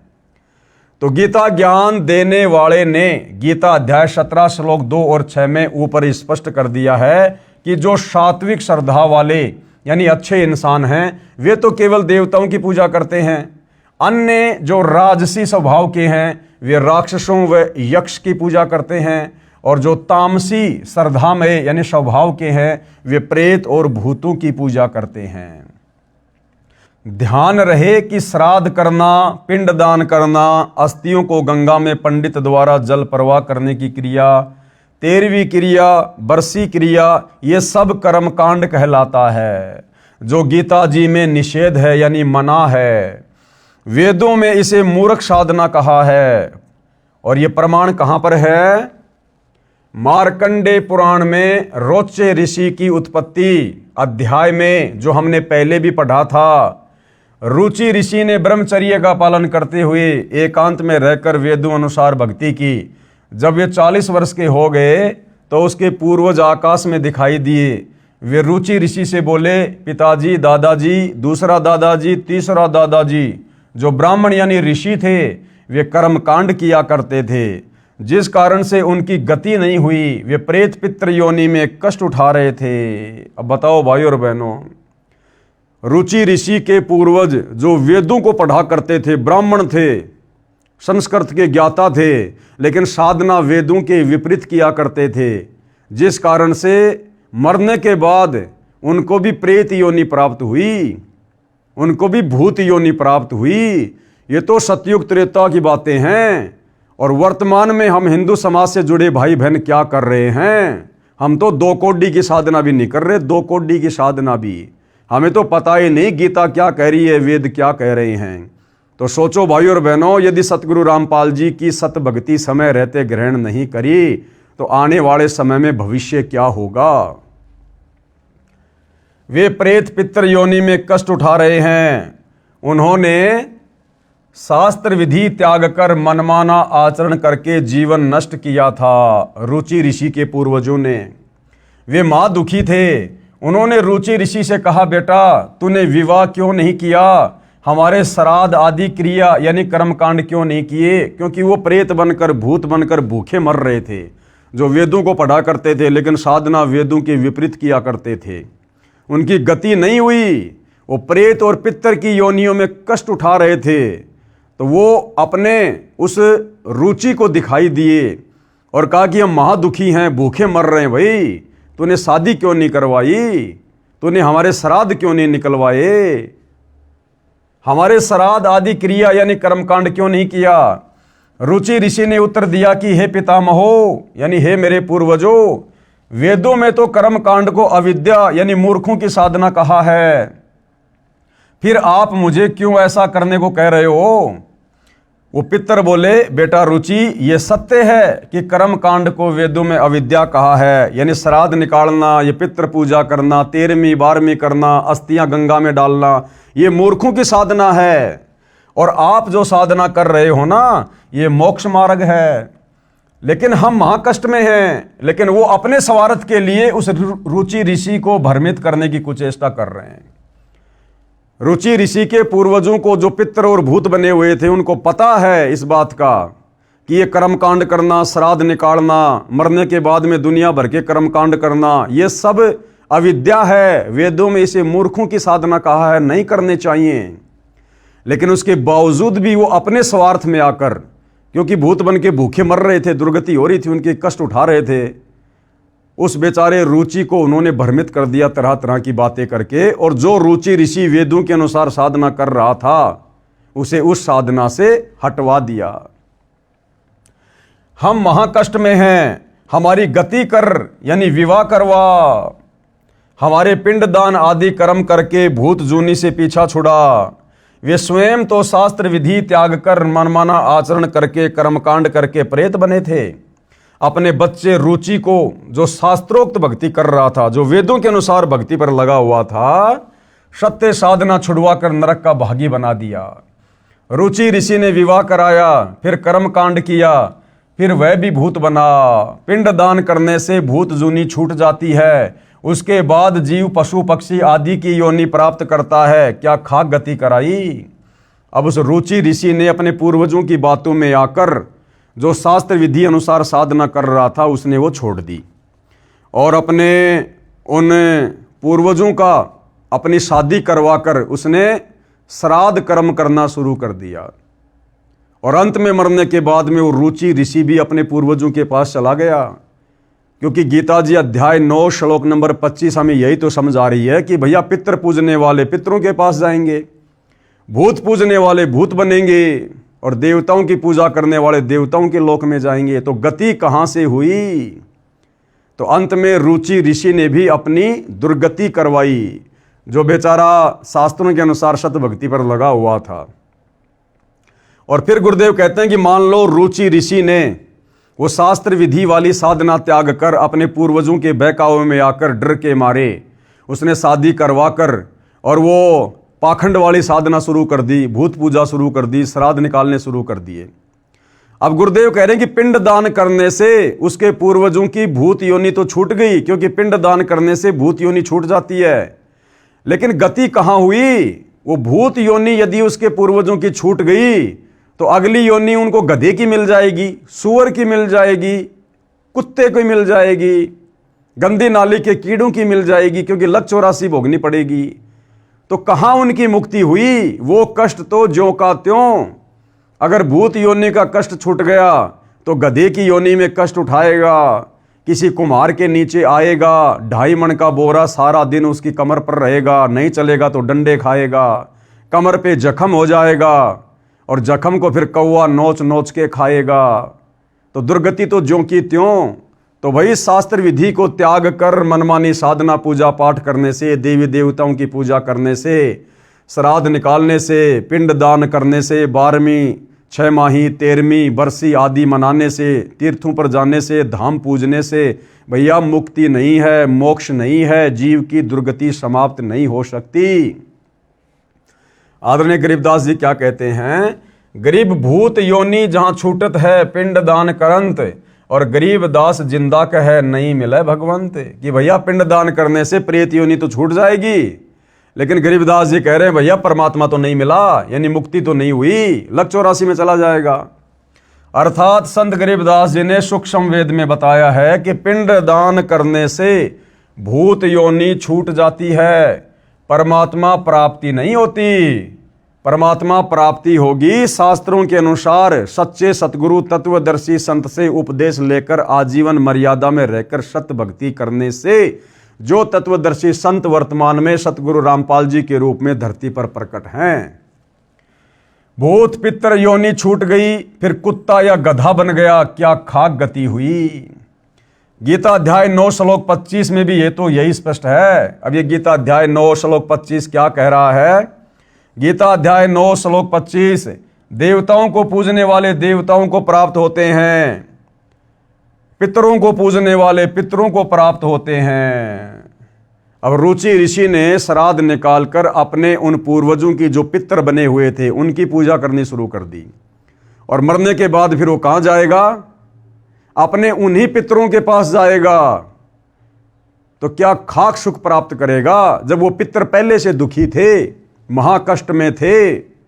अब वो रुचि ऋषि भी पितर बनकर अपने उन्हीं पूर्वजों के पास जाएगा, उस पितृलोक में जाएगा, और वो भी ऐसे ही अपने उन पूर्वजों की तरह कष्ट उठाएगा। देवताओं को पूजने वाले देवताओं को प्राप्त होते हैं, पितरों को पूजने वाले पितरों को प्राप्त होते हैं, भूतों को पूजने वाले भूतों को प्राप्त होते हैं। श्राद्ध निकालना यानी भूत पूजा, यानी भूत बनते हैं। और मेरा कौन? गीता का ज्ञान देने वाला ब्रह्म कह रहा है, गीता ज्ञान दाता का पूजन करने वाले मुझको प्राप्त होते हैं। ये कहा रहता है ब्रह्मलोक में, और ब्रह्मलोक में गया हुआ साधक भी पुनरावृत्ति में है, जन्म और मरण में है, पूर्ण मुक्ति नहीं है। इसलिए शास्त्र विधि अनुसार भक्ति करना लाभदायक है। अब शास्त्र विधि अनुसार भक्ति क्या है? चारों वेद और गीता जी के अनुसार, और पांचवा वेद जो सूक्ष्म वेद है, जिस सूक्ष्म वेद का ज्ञान सतलोक से चलकर स्वयं वो परम अक्षर ब्रह्म सत्य पुरुष कबीर देव धरती पर तत्वदर्शी संत की भूमिका करके समझाता है, उसके मार्गदर्शन में उन्हें गुरु धारण करके यदि आजीवन सत भक्ति की जाए तो भाइयों और बहनों हमें पूर्ण मुक्ति प्राप्त होगी। सदा सदा के लिए जन्म और मरण से झंझट समाप्त हो जाएगा। गीता अध्याय 17 के ही श्लोक 5 और 6 में स्पष्ट कर दिया है कि जो शास्त्र विधि से रहित मनमाना आचरण करते हुए घोर तप को तपते हैं, ये तथा उपरोक्त अन्य देवताओं यानी रजगुण ब्रह्मा जी, सतगुण विष्णु जी तथा तमगुण शिव जी तथा अन्य देवी देवताओं की पूजा करने वाले भूत व प्रेत पूजा, श्राद्ध आदि कर्मकांड करना भूत व प्रेत पूजा है। जो ऐसा करते हैं तथा जो यक्ष व राक्षसों की पूजा करते हैं, वे शरीर में स्थित भूतगणों को, जो कमलों में विराजमान शक्तियां हैं उनको, और अंतःकरण में स्थित मुझको यानी गीता ज्ञान दाता को दुखी करने वाले हैं। उन अज्ञानियों को असुर स्वभाव के जान, यानी क्लियर कर दिया भाइयों और बहनों। इस पूरी पृथ्वी पर वर्तमान में जो व्यक्ति सतगुरु रामपाल जी को सतगुरु धारण करके पांचवें वेद सूक्ष्म वेद के अनुसार भक्ति साधना नहीं कर रहा है, वो व्यक्ति अन्य चाहे कोई भी पूजा पाठ कर रहा है, चाहे ब्रह्मा विष्णु महेश की, चाहे काल ब्रह्म की, चाहे दुर्गा की, चाहे देवी देवताओं की, वो कोई भी भक्ति कर रहा है, वो व्यक्ति असुर स्वभाव को धारण किया हुआ मनुष्यों में नीच दूषित कर्म करने वाला मूर्ख व्यक्ति है। ये गीता जी कह रही है, गीता जी, और ये गीता का ज्ञान देने वाला काल ब्रह्म कह रहा है कि उन अज्ञानियों को, जो तत्वदर्शी संत की शरण में आकर भक्ति नहीं करता, बाकी मनमानी साधना करता है, उन अज्ञानियों को असुर स्वभाव के जान यानी राक्षस प्रवृत्ति का जान उनको, वो कब क्या कांड कर देंगे, कब उनके मन में क्या छल बल आ जाएगा, कोई भरोसा नहीं है, क्योंकि उनके ऊपर कोई कंट्रोल नहीं होता है। गीता अध्याय 16 श्लोक 17 व 20 में आप जी ने इसी विषय को पढ़ा। कहा है कि जो शास्त्र विधि रहित पूजन करते हैं वे अपने शरीर में तथा दूसरों के शरीर में स्थित मुझ गीता ज्ञान दाता से द्वेष करने वाले हैं, क्योंकि वे अन्य देवताओं की पूजा करते हैं। गीता ज्ञान दाता यानी काल ब्रह्म की पूजा नहीं करते, इसलिए द्वेष करने वाले कहा है। अब किसी बच्चे को पढ़ाए लिखाए पालन पोषण करे उसके माता पिता, और वो बच्चा ज़्यादा बात माने अपने पड़ोसियों की, तो माता पिता ऑटोमेटिक उस बच्चे से दुखी होते हैं। तो इसी प्रकार इस 21 ब्रह्मांड का पिता, 21 ब्रह्मांड का जनक, यहाँ का नकली भगवान ये काल ब्रह्म है। और काल ब्रह्म के अंतर्गत हम जितने भी प्राणी हैं, यदि हम उसकी भक्ति साधना नहीं करते हैं और बाकी अन्य देवी देवताओं की भक्ति करते हैं, तो हम उस काल ब्रह्म को दुखी कर रहे हैं, हम उससे द्वेष करने वालों की श्रेणी में हैं। उन द्वेष करने वाले यानी श्री ब्रह्मा जी रजगुण, श्री विष्णु जी सतगुण तथा श्री शिव जी तमगुण, जो काल ब्रह्म की 3 प्रधान शक्तियां हैं, तथा अन्य देवी देवताओं की पूजा करने वाले पापाचारी क्रूर कर्मी नराधमों को, यानी मनुष्य में नीच उन व्यक्तियों को मैं बार बार आसुरी योनियों में डालता हूं, यानी नरक में डालता हूं, 84 में डालता हूं। तो देख लो भाइयों और बहनों, ये पवित्र गीता जी, ये पवित्र शास्त्र देवी देवताओं की पूजा करने वालों के विषय में, ब्रह्मा विष्णु महेश की पूजा करने वालों के विषय में क्या दिशा निर्देश दे रहा है। ये श्लोक सतगुरु रामपाल जी ने नहीं लिखे भाई। कोई ये सोचे कि भाई ये तो संत रामपाल जी ने अपनी तरफ से लिख दिए होंगे। भैया गीता मार्केट में मिलती है, या गीता प्रेस गोरखपुर से ले आओ, किसी भी धार्मिक पुस्तकों वाली दुकान से ले आओ, और गीता जी को आंखों के सामने रखो, और जो श्लोक जो अध्याय सतगुरु रामपाल जी बता रहे हैं एज इट इज, ऐसा का ऐसा उस गीता में लिखा हुआ मिलेगा। उसके बाद तो आप लोगों ने विश्वास करना चाहिए कि हम किस दिशा में जा रहे हैं। गीता अध्याय 16 श्लोक 20 में कहा है कि हे अर्जुन, वे मूढ़ कौन, जो देवी देवताओं की पूजा करते हैं, ब्रह्मा विष्णु महेश की भक्ति करते हैं, वे मूढ़ यानी मूर्ख मुझको न प्राप्त होकर, यानी काल की भक्ति करके उसके ब्रह्मलोक को प्राप्त ना होकर जन्म मरण में आसुरी योनि को प्राप्त होते हैं, फिर उससे भी अति नीच गति को प्राप्त होते हैं, यानी घोर नरक में गिरते हैं। उपरोक्त गीता के प्रकरण को समझने के लिए यानी प्रमाण के लिए कृपया पढ़ें और आंखों देखें उपरोक्त श्लोकों की फोटोकॉपियां जो श्रीमद् भगवद गीता पदछेद अन्वय से है। ये गीता प्रेस गोरखपुर से प्रकाशित गीता है जिसका नाम है गीता पदछेद अन्वय। ये गीता जी अब मैं आपको दिखाना चाहूँगा, ये वाली गीता जी है, ये जो मेरे हाथ में है, ये वाली गीता जी जो गीता प्रेस गोरखपुर से प्रकाशित है, जिसकी फोटोकॉपियां यहाँ पर सतगुरु रामपाल जी ने लगा रखी हैं। श्रीमद् भगवद गीता पदछेद अन्वय से है, जो भारत की प्रसिद्ध व विश्व स्तरीय गीता प्रेस गोरखपुर से मुद्रित तथा प्रकाशित है तथा श्री जय दयाल गोविंद का द्वारा अनुवादित है। अब देखिएगा भाइयों और बहनों, ये तमाम फोटोकॉपियाँ इसी गीता जी की सतगुरु रामपाल जी ने लगा रखी है, जिन श्लोकों के विषय में आपको ऊपर बताया गया है। अब आप जब अपनी आंखों से देखेंगे तो आप भाई बहनों को विश्वास होगा कि वास्तव में हमारे धर्म की पवित्र पुस्तकें भक्ति और भगवान के विषय में क्या दिशा निर्देश दे रही हैं, और हमारे जितने भी आचार्य शंकराचार्य धर्मगुरु हैं, इन लोगों ने अपनी अज्ञानता के चलते इन धर्मशास्त्रों को तत्वदर्शी संत के तत्व ज्ञान के अभाव में अच्छे से ना समझकर आम समाज में क्या शास्त्र विरुद्ध घटिया साधना प्रचलित करवा दी है। गीता जी अध्याय 17 के कुछ श्लोकों की फोटोकॉपी, गीता अध्याय 17 श्लोक 1 की फोटोकॉपी आपकी आंखों के सामने है। हे कृष्ण, यानी अर्जुन सवाल कर रहा है, हे कृष्ण, जो मनुष्य शास्त्र विधि को त्याग कर, यानी गीता और वेदों में लिखी हुई भक्ति साधना को त्याग कर और श्रद्धा से युक्त हुए देवता आदि का पूजन करते हैं, देवादि का यानी देवता आदि का पूजन करते हैं, उनकी स्थिति फिर कौन सी है, सात्विक है अथवा राजसी है अथवा तामसी है। तो इसका जवाब गीता अध्याय 17 श्लोक 2 की फोटोकॉपी में है। मनुष्यों की वह शास्त्रीय संस्कारों से रहित केवल स्वभाव से उत्पन्न श्रद्धा सात्विक की और राजसी तथा तामसी ऐसे तीनों प्रकार की ही होती है। उसको तू मुझसे सुन कि ध्यान दे, अब मैं तुझे बताता हूं। तो गीता अध्याय 17 श्लोक 3 में बता रहा है, ये संस्कृत आप जी की आंखों के सामने है, हे भारत यानी हे अर्जुन, सभी मनुष्यों की श्रद्धा उनके अंतःकरण के अनुरूप होती है। यानी जिसको जैसा ज्ञान होता है अध्यात्म के विषय में, उसकी श्रद्धा उस इष्ट के प्रति वैसी ही होती है। यह पुरुष श्रद्धामय है, इसलिए जो पुरुष जैसी श्रद्धा वाला है वह स्वयं भी वही है। गीता अध्याय 17 श्लोक 4 की फोटोकॉपी संस्कृत में श्लोक आप जियों के सामने है। यानी सात्विक पुरुष, यानी सात्विक जो भगत होते हैं वो देवों को पूजते हैं। जो सात्विक प्रवृत्ति के जो व्यक्ति होते हैं वो देवी देवताओं की पूजा करते हैं।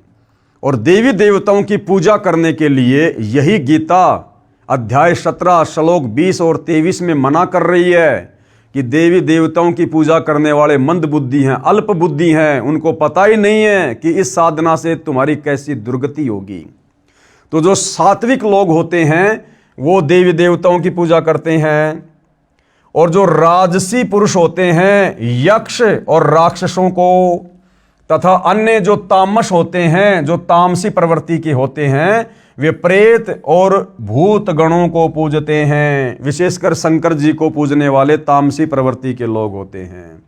तो इन सब की अंत में दुर्गति होती है, इनका मोक्ष नहीं होता है, क्योंकि ये सारी की सारी साधना वेदों के विरुद्ध है, गीता के विरुद्ध है। अब गीता अध्याय 17 श्लोक 5 की फोटोकॉपी। अब ये काल ब्रह्म क्या कह रहा है कि इस प्रकार की आधी अधूरी ओछी साधना करने के चलते फिर अंत में उनके साथ में क्या बनती है, मैं उनको किन किन योनियों में डालता हूं। संस्कृत में श्लोक आप जी के सामने है। जो मनुष्य शास्त्र विधि से रहित केवल मन कल्पित घोर तप को तपते हैं, यानी गीता और वेदों के विरुद्ध मनमानी भक्ति साधना करते हैं। जैसे हमारे वर्तमान के धर्मगुरु अपने भक्तों को सलाह देते हैं, भैया बाबा श्याम जी की पैदल यात्रा में जाना चाहिए, बाबा रामदेव की पैदल यात्रा करनी चाहिए। तो ये पैदल यात्रा करना घोर तप करना, अपने शरीर में विराजमान देवी देवताओं को, इस काल ब्रह्म को दुखी करना।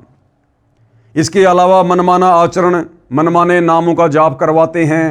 राधे राधे श्याम मिला दे, हरे रामा हरे कृष्णा राम राम सीताराम जय जय राम, ओम नमो वासुदेव, ओम नमो भागवते वासुदेव, जय गणेश देवा।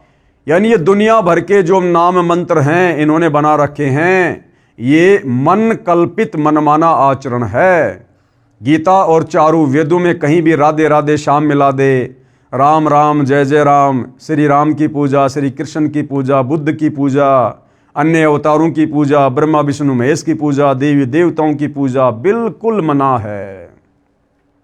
अरे विचार करने की बात है, लंका के राजा रावण ने अपनी सिद्धि शक्ति से अपनी सेना को आकाश में उड़ाकर देवलोक पर स्वर्ग में धावा बोल दिया, आक्रमण कर दिया और देवताओं के राजा इंद्र को हरा दिया। इंद्र अपनी गद्दी छोड़कर, इंद्रासन छोड़कर जंगलों में भाग गया और रावण ने 33 करोड़ देवी देवताओं को बंदी बनाकर अपनी कैद में डाल रखा था। जिन देवी देवताओं की हमारे से हमारे धर्मगुरु पूजा करवाते हैं, जब वो देवी देवता बेचारे खुद ही लाचार और बेबस पड़े हुए थे रावण की जेल में, उनकी भक्ति साधना करने से हमें भला कैसे मुक्ति मिलेगी। इसलिए ये पवित्र ग्रंथ गीता जी अध्याय 17 श्लोक 20 और 23 में, अध्याय 7 श्लोक 12 से 15 में ब्रह्मा विष्णु महेश और अन्य तमाम देवी देवताओं की भक्ति साधना करने के लिए मना करता है। जो मनुष्य शास्त्र विधि से रहित केवल मन कल्पित घोर तप को तपते हैं, दंभ और अहंकार से युक्त एवं कामना, आसक्त और बल के अभिमान से भी युक्त हैं, यानी हर प्रकार से उनमें मान बढ़ाई, राग द्वेष ईर्ष्या अहंकार समाया हुआ होता है। गीता अध्याय 17 श्लोक 6 की फोटोकॉपी। शरीर रूप से स्थित भूत समुदाय को, शरीर रूप से स्थित भूत समुदाय यानी हमारे शरीर में जो कमल चक्कर बने हुए हैं उनमें जिन जिन उन प्रधान देवी देवताओं का वास है, जैसे स्वाद कमल में ब्रह्मा और सावित्री जी का वास है, मूल कमल में गणेश जी का वास है, नाभि कमल में श्री विष्णु और लक्ष्मी जी का वास है, कंठ कमल में दुर्गा देवी का वास है, हृदय कमल में शंकर और पार्वती का वास है। तो यहाँ गीता ज्ञान देने वाला ये भगवान क्या कह रहा है कि ये जो देवी देवताओं की पूजा करते हैं, ब्रह्मा विष्णु महेश की पूजा करते हैं, मन कल्पित मनमाना आचरण करते हैं, घोर ये तप करते हैं, पाखंड पूजा करते हैं, तो गीता ज्ञान देने वाला कह रहा है कि भैया ऐसे भगत, ऐसे श्रद्धालु इस शरीर में विराजमान भूत गणों को, भूत यानी भूत वैसे भगवानों को भी कहा जाता है, तो ये जितने भी जो प्रधान देवी देवता हमारे शरीर में बने इन कमल चक्रों में बैठे हैं, तो गीता ज्ञानदाता कह रहा कि उनको भी दुखी करते हैं। शरीर रूप में स्थित भूत समुदायों को और अंतःकरण में स्थित मुझ परमात्मा को भी कृश करने वाले हैं, अर्थात दुखी करने वाले हैं। उन अज्ञानियों को तू आसुर स्वभाव वाले जान, यानी उन अज्ञानियों को, उन मंद बुद्धियों को जो ये पाखंड पूजा करते हैं, गीता वेदों की विपरीत पूजा करते हैं, मन माने मंत्रों का जाप करते हैं, घोर तप करते हैं, कहते हैं तू उनको आसुर यानी राक्षस स्वभाव के जान। राक्षस स्वभाव के अध्याय 16 के कुछ श्लोकों की फोटोकॉपी, गीता अध्याय 16 श्लोक 17 की फोटोकॉपी। यहां पर संस्कृत में श्लोक लिखा हुआ है, यहां इसका अनुवाद है। वे अपने आप को ही श्रेष्ठ मानने वाले घमंडी पुरुष धन और माया के मद से युक्त होकर केवल नाम मात्र के यज्ञों द्वारा, यानी छोटी मोटी साधना करके, कोई भंडारा करके, पाखंड से शास्त्र विधि रहित यजन यानी पूजा पाठ करते हैं। यानी आज पूरा का पूरा हिंदू समाज इसी पाखंड पूजा पर आधारित है। गीता अध्याय 16 श्लोक 18 की फोटोकॉपी संस्कृत में श्लोक आप जियों के सामने है। अहंकार, बल, घमंड, कामना और क्रोध आदि के प्रायण यानी वशीभूत होकर और दूसरों की निंदा करने वाले पुरुष यानी वो भगत अपने और दूसरों के शरीर में स्थित मुझ अंतर्यामी से द्वेष करने वाले हैं। ये काल कह रहा है कि इन देवी देवताओं की पूजा करने वाले पाखंड, अहंकार और घमंड से युक्त ये क्या करते हैं, ये मुझसे द्वेष करने वाले हैं, यानी ये मेरी भक्ति भी नहीं करते, ओम नाम की भक्ति भी नहीं करते और ही पाखंड पूजाओं में, घटिया साधनाओं में लगे रहते हैं। गीता जी अध्याय 16 श्लोक 19 की फोटोकॉपी संस्कृत में श्लोक आप जियों के सामने है। अब ये काल ब्रह्म गीता का ज्ञान देने वाला भगवान क्या कह रहा है ऐसे भक्तों के विषय में, ऐसे साधकों के विषय में जो मनमानी भक्ति करते हैं, घोर तप को तपते हैं, देवी देवताओं की पूजा करते हैं, ब्रह्मा विष्णु महेश की पूजा करते हैं, तीर्थों पर जाते हैं, धामों पर जाते हैं, पैदल यात्रा करते हैं, मंदिर मस्जिद चर्च गुरुद्वारों में जाते हैं। उनके विषय में क्या कहा जा रहा है कि उन द्वेष करने वाले पापाचारी, यानी वो हर प्रकार का पाप भी करते हैं, मुर्गी मार के वो खा जाएं, किसी भी प्रकार का मांस मटन वो खा लेते हैं, शराब वो पी लेते हैं, बीड़ी, सिगरेट, गुटखा, जर्दा, तमाकू, हुक्का, हर प्रकार का नशा वो करते हैं, इसलिए उनको पापाचारी भी कहा है। उन द्वेष करने वाले पापाचारी और क्रूर कर्मी यानी घोर से घोर निंदनीय कर्म करने वाले नराधमों को, नराधमों यानी मनुष्यों में नीच व्यक्तियों को मैं कौन, ये गीता का ज्ञान देने वाला भगवान संसार में बार बार आसुरी योनियों में ही डालता हूं, भूत प्रेत की योनियों में डालता हूं, भूत प्रेत की योनियों में। गीता अध्याय 16 श्लोक 20 की फोटोकॉपी। फिर आगे क्या कह रहा है ये गीता का ज्ञान देने वाला काल ब्रह्म अर्जुन से। हे अर्जुन, वे मूढ़ मुझको न प्राप्त होकर, यानी नीचे देवी देवताओं की पूजा करने वाले, पाखंड पूजा करने वाले, मंदिर मस्जिद चर्च गुरुद्वारों की पूजा करने वाले, हे अर्जुन वे मूढ़ यानी मूर्ख मुझको न प्राप्त होकर ही जन्म जन्म में आसुरी योनियों को प्राप्त होते हैं, भूत प्रेत और पितर बनकर कष्ट भोगते हैं, उससे भी अति नीच गति को प्राप्त होते हैं, अर्थात घोर नरक में पड़ते हैं। देख लो भाइयों और बहनों, जो साधना हमारे पूर्वज सदियों से करते आ रहे थे तत्व ज्ञान के अभाव में, जो साधना कर करके हमारे बड़े बड़े धर्मगुरु ऋषि मुनि अपना शरीर छोड़ने के बाद दुर्गति को प्राप्त हुए, तो विचार करो भाइयों और बहनों, इस पवित्र ग्रंथ गीता जी के अनुसार यदि हम शास्त्र विधि को त्याग के मनमाना आचरण करेंगे, देखा देखी दंत कथा वाली लोक वेद वाली भक्ति करेंगे, आंख बंद करके भक्ति करेंगे, तत्वदर्शी संत की सुसंगति में आकर उनसे उपदेश लेकर भक्ति नहीं करेंगे, तो आप और हमारे साथ भी फिर अंत समय में यही बनेगी। हमें भी आसुरी योनियों में जाना पड़ेगा, भूत प्रेत बनना पड़ेगा और फिर नरक भी भोगना पड़ेगा। अब गीता अध्याय 16 श्लोक 23 क्या कह रहा है कि ये जो तमाम प्रकार की पूजा पाठ जो लोग कर रहे हैं, जिनका शास्त्रों में कहीं कोई उल्लेख नहीं है, जो शास्त्र विधि रहित भक्ति साधना है, कहते हैं ये तो मनमाना आचरण है, मनमाना आचरण। और गीता अध्याय 16 श्लोक 23 में गीता का ज्ञान देने वाला ये भगवान काल ब्रह्म क्या कह रहा है? जो पुरुष शास्त्र विधि को त्याग कर अपनी इच्छा से मनमाना आचरण करता है, वह नए सिद्धि को प्राप्त होता है। यानी उस भक्ति से उसको कोई सिद्धि नहीं होगी, कोई लाभ नहीं होगा, कोई कार्य सिद्ध नहीं होगा, न उसकी कोई परम गति होगी और ना उसको किसी प्रकार का सुख मिलेगा, क्योंकि उसका जन्म मरण का रोग समाप्त नहीं होगा। और जन्म मरण समाप्त नहीं हुआ तो बार बार जन्म लेगा, कभी पशु का, कभी पक्षी का, कभी मनुष्य का, कभी नरक में जाएगा। तो वो कभी भी सुखी नहीं हो सकता जो जन्म और मरण में है। आगे गीता अध्याय 16 श्लोक 24 में क्या कहा जा रहा है कि भैया फिर इसका क्या उपाय है, फिर भक्ति साधना कैसे करें, किस चीज को आधार माने कि क्या भक्ति सही है, क्या भक्ति गलत है। इससे तेरे लिए इस कर्तव्य और अकर्तव्य की व्यवस्था में, यानी कौन सी भक्ति करनी चाहिए, कौन सी भक्ति नहीं करनी चाहिए, अर्जुन इस व्यवस्था में तेरे लिए शास्त्र ही प्रमाण है। और हिंदू धर्म के मुख्य शास्त्र हैं चारों वेद और गीता। और जो व्यक्ति गीता और चारों वेदों के अनुसार बताई साधना नहीं करता है, वो मनमाना आचरण कर रहा है। ऐसा जानकर तू शास्त्र विधि से नियत कर्म करने योग्य है, अर्थात तेरे को शास्त्र विधि अनुसार ही भक्ति साधना करनी चाहिए। मनमाना आचरण करके दुर्गति को प्राप्त नहीं होना चाहिए। गीता जी अध्याय 7 श्लोक 12 की फोटोकॉपी संस्कृत में श्लोक आप जियों के सामने है। और भी जो सत्व गुण से उत्पन्न होने वाले भाव हैं और जो रजोगुण से उत्पन्न होने वाले भाव हैं, उनको तू मुझसे ही होने वाला जान। अब ध्यान से पढ़ना भाई और बहनों। अब ये गीता का ज्ञान देने वाला भगवान काल ब्रह्म अर्जुन से क्या कह रहा है? और भी जो सत्व गुण से उत्पन्न होने वाले भाव हैं, सतोगुण प्रधान देवता कौन है? श्री विष्णु जी। और रजोगुण प्रधान देवता श्री ब्रह्मा जी और तमोगुण प्रधान देवता श्री शंकर जी।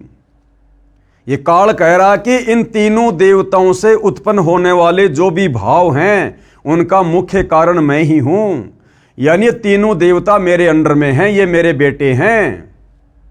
और इनकी भक्ति से जो थोड़ा बहुत लाभ तुम्हें प्राप्त होता है थोड़े समय के लिए, उसका मूल कारण मैं ही हूं। यानी मेरी साधना करके, तप करके, ओम नाम का जाप करके ये तीनों देवता थोड़ी बहुत शक्ति मेरे से ही प्राप्त करते हैं।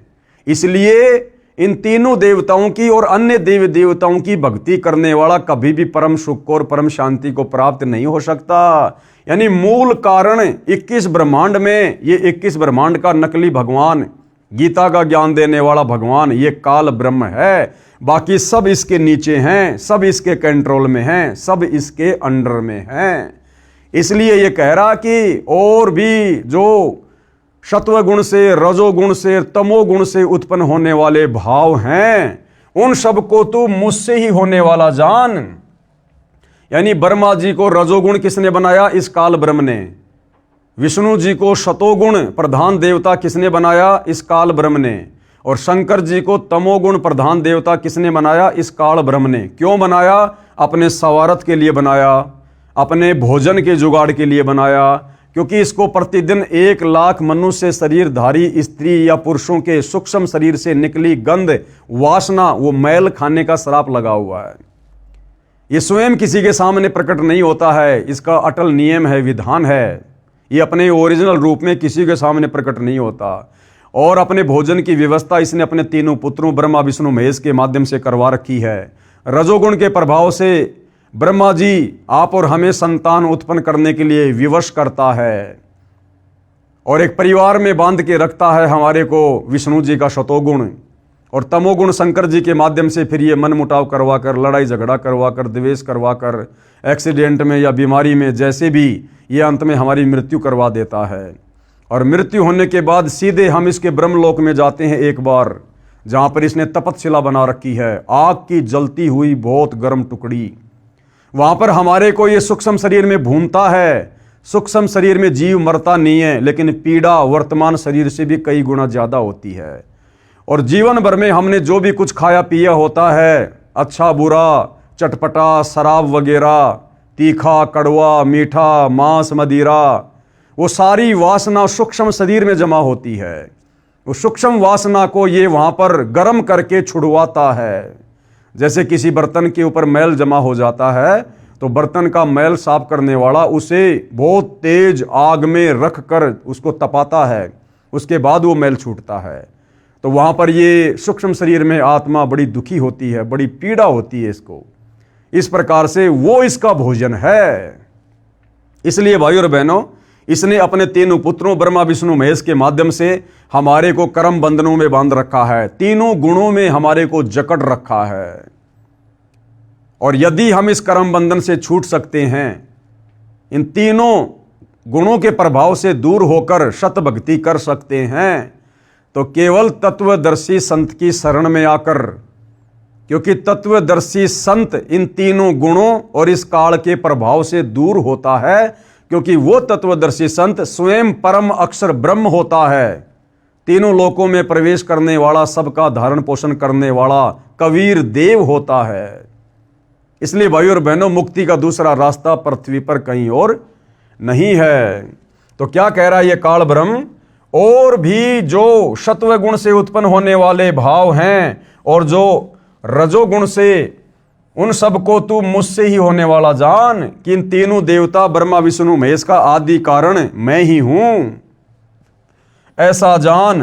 परंतु वास्तव में उनमें मैं और वे मुझ में नहीं हैं, लेकिन वो मेरे में और मैं उनमें नहीं हूं। इसका मतलब गुरुदेव ने क्या बताया कि मैं उनसे अलग रहता हूं, मैं उनसे अलग रहता हूं, ब्रह्मलोक में रहता हूं, लेकिन मेरी माया से ही वो सारे कार्य करते हैं।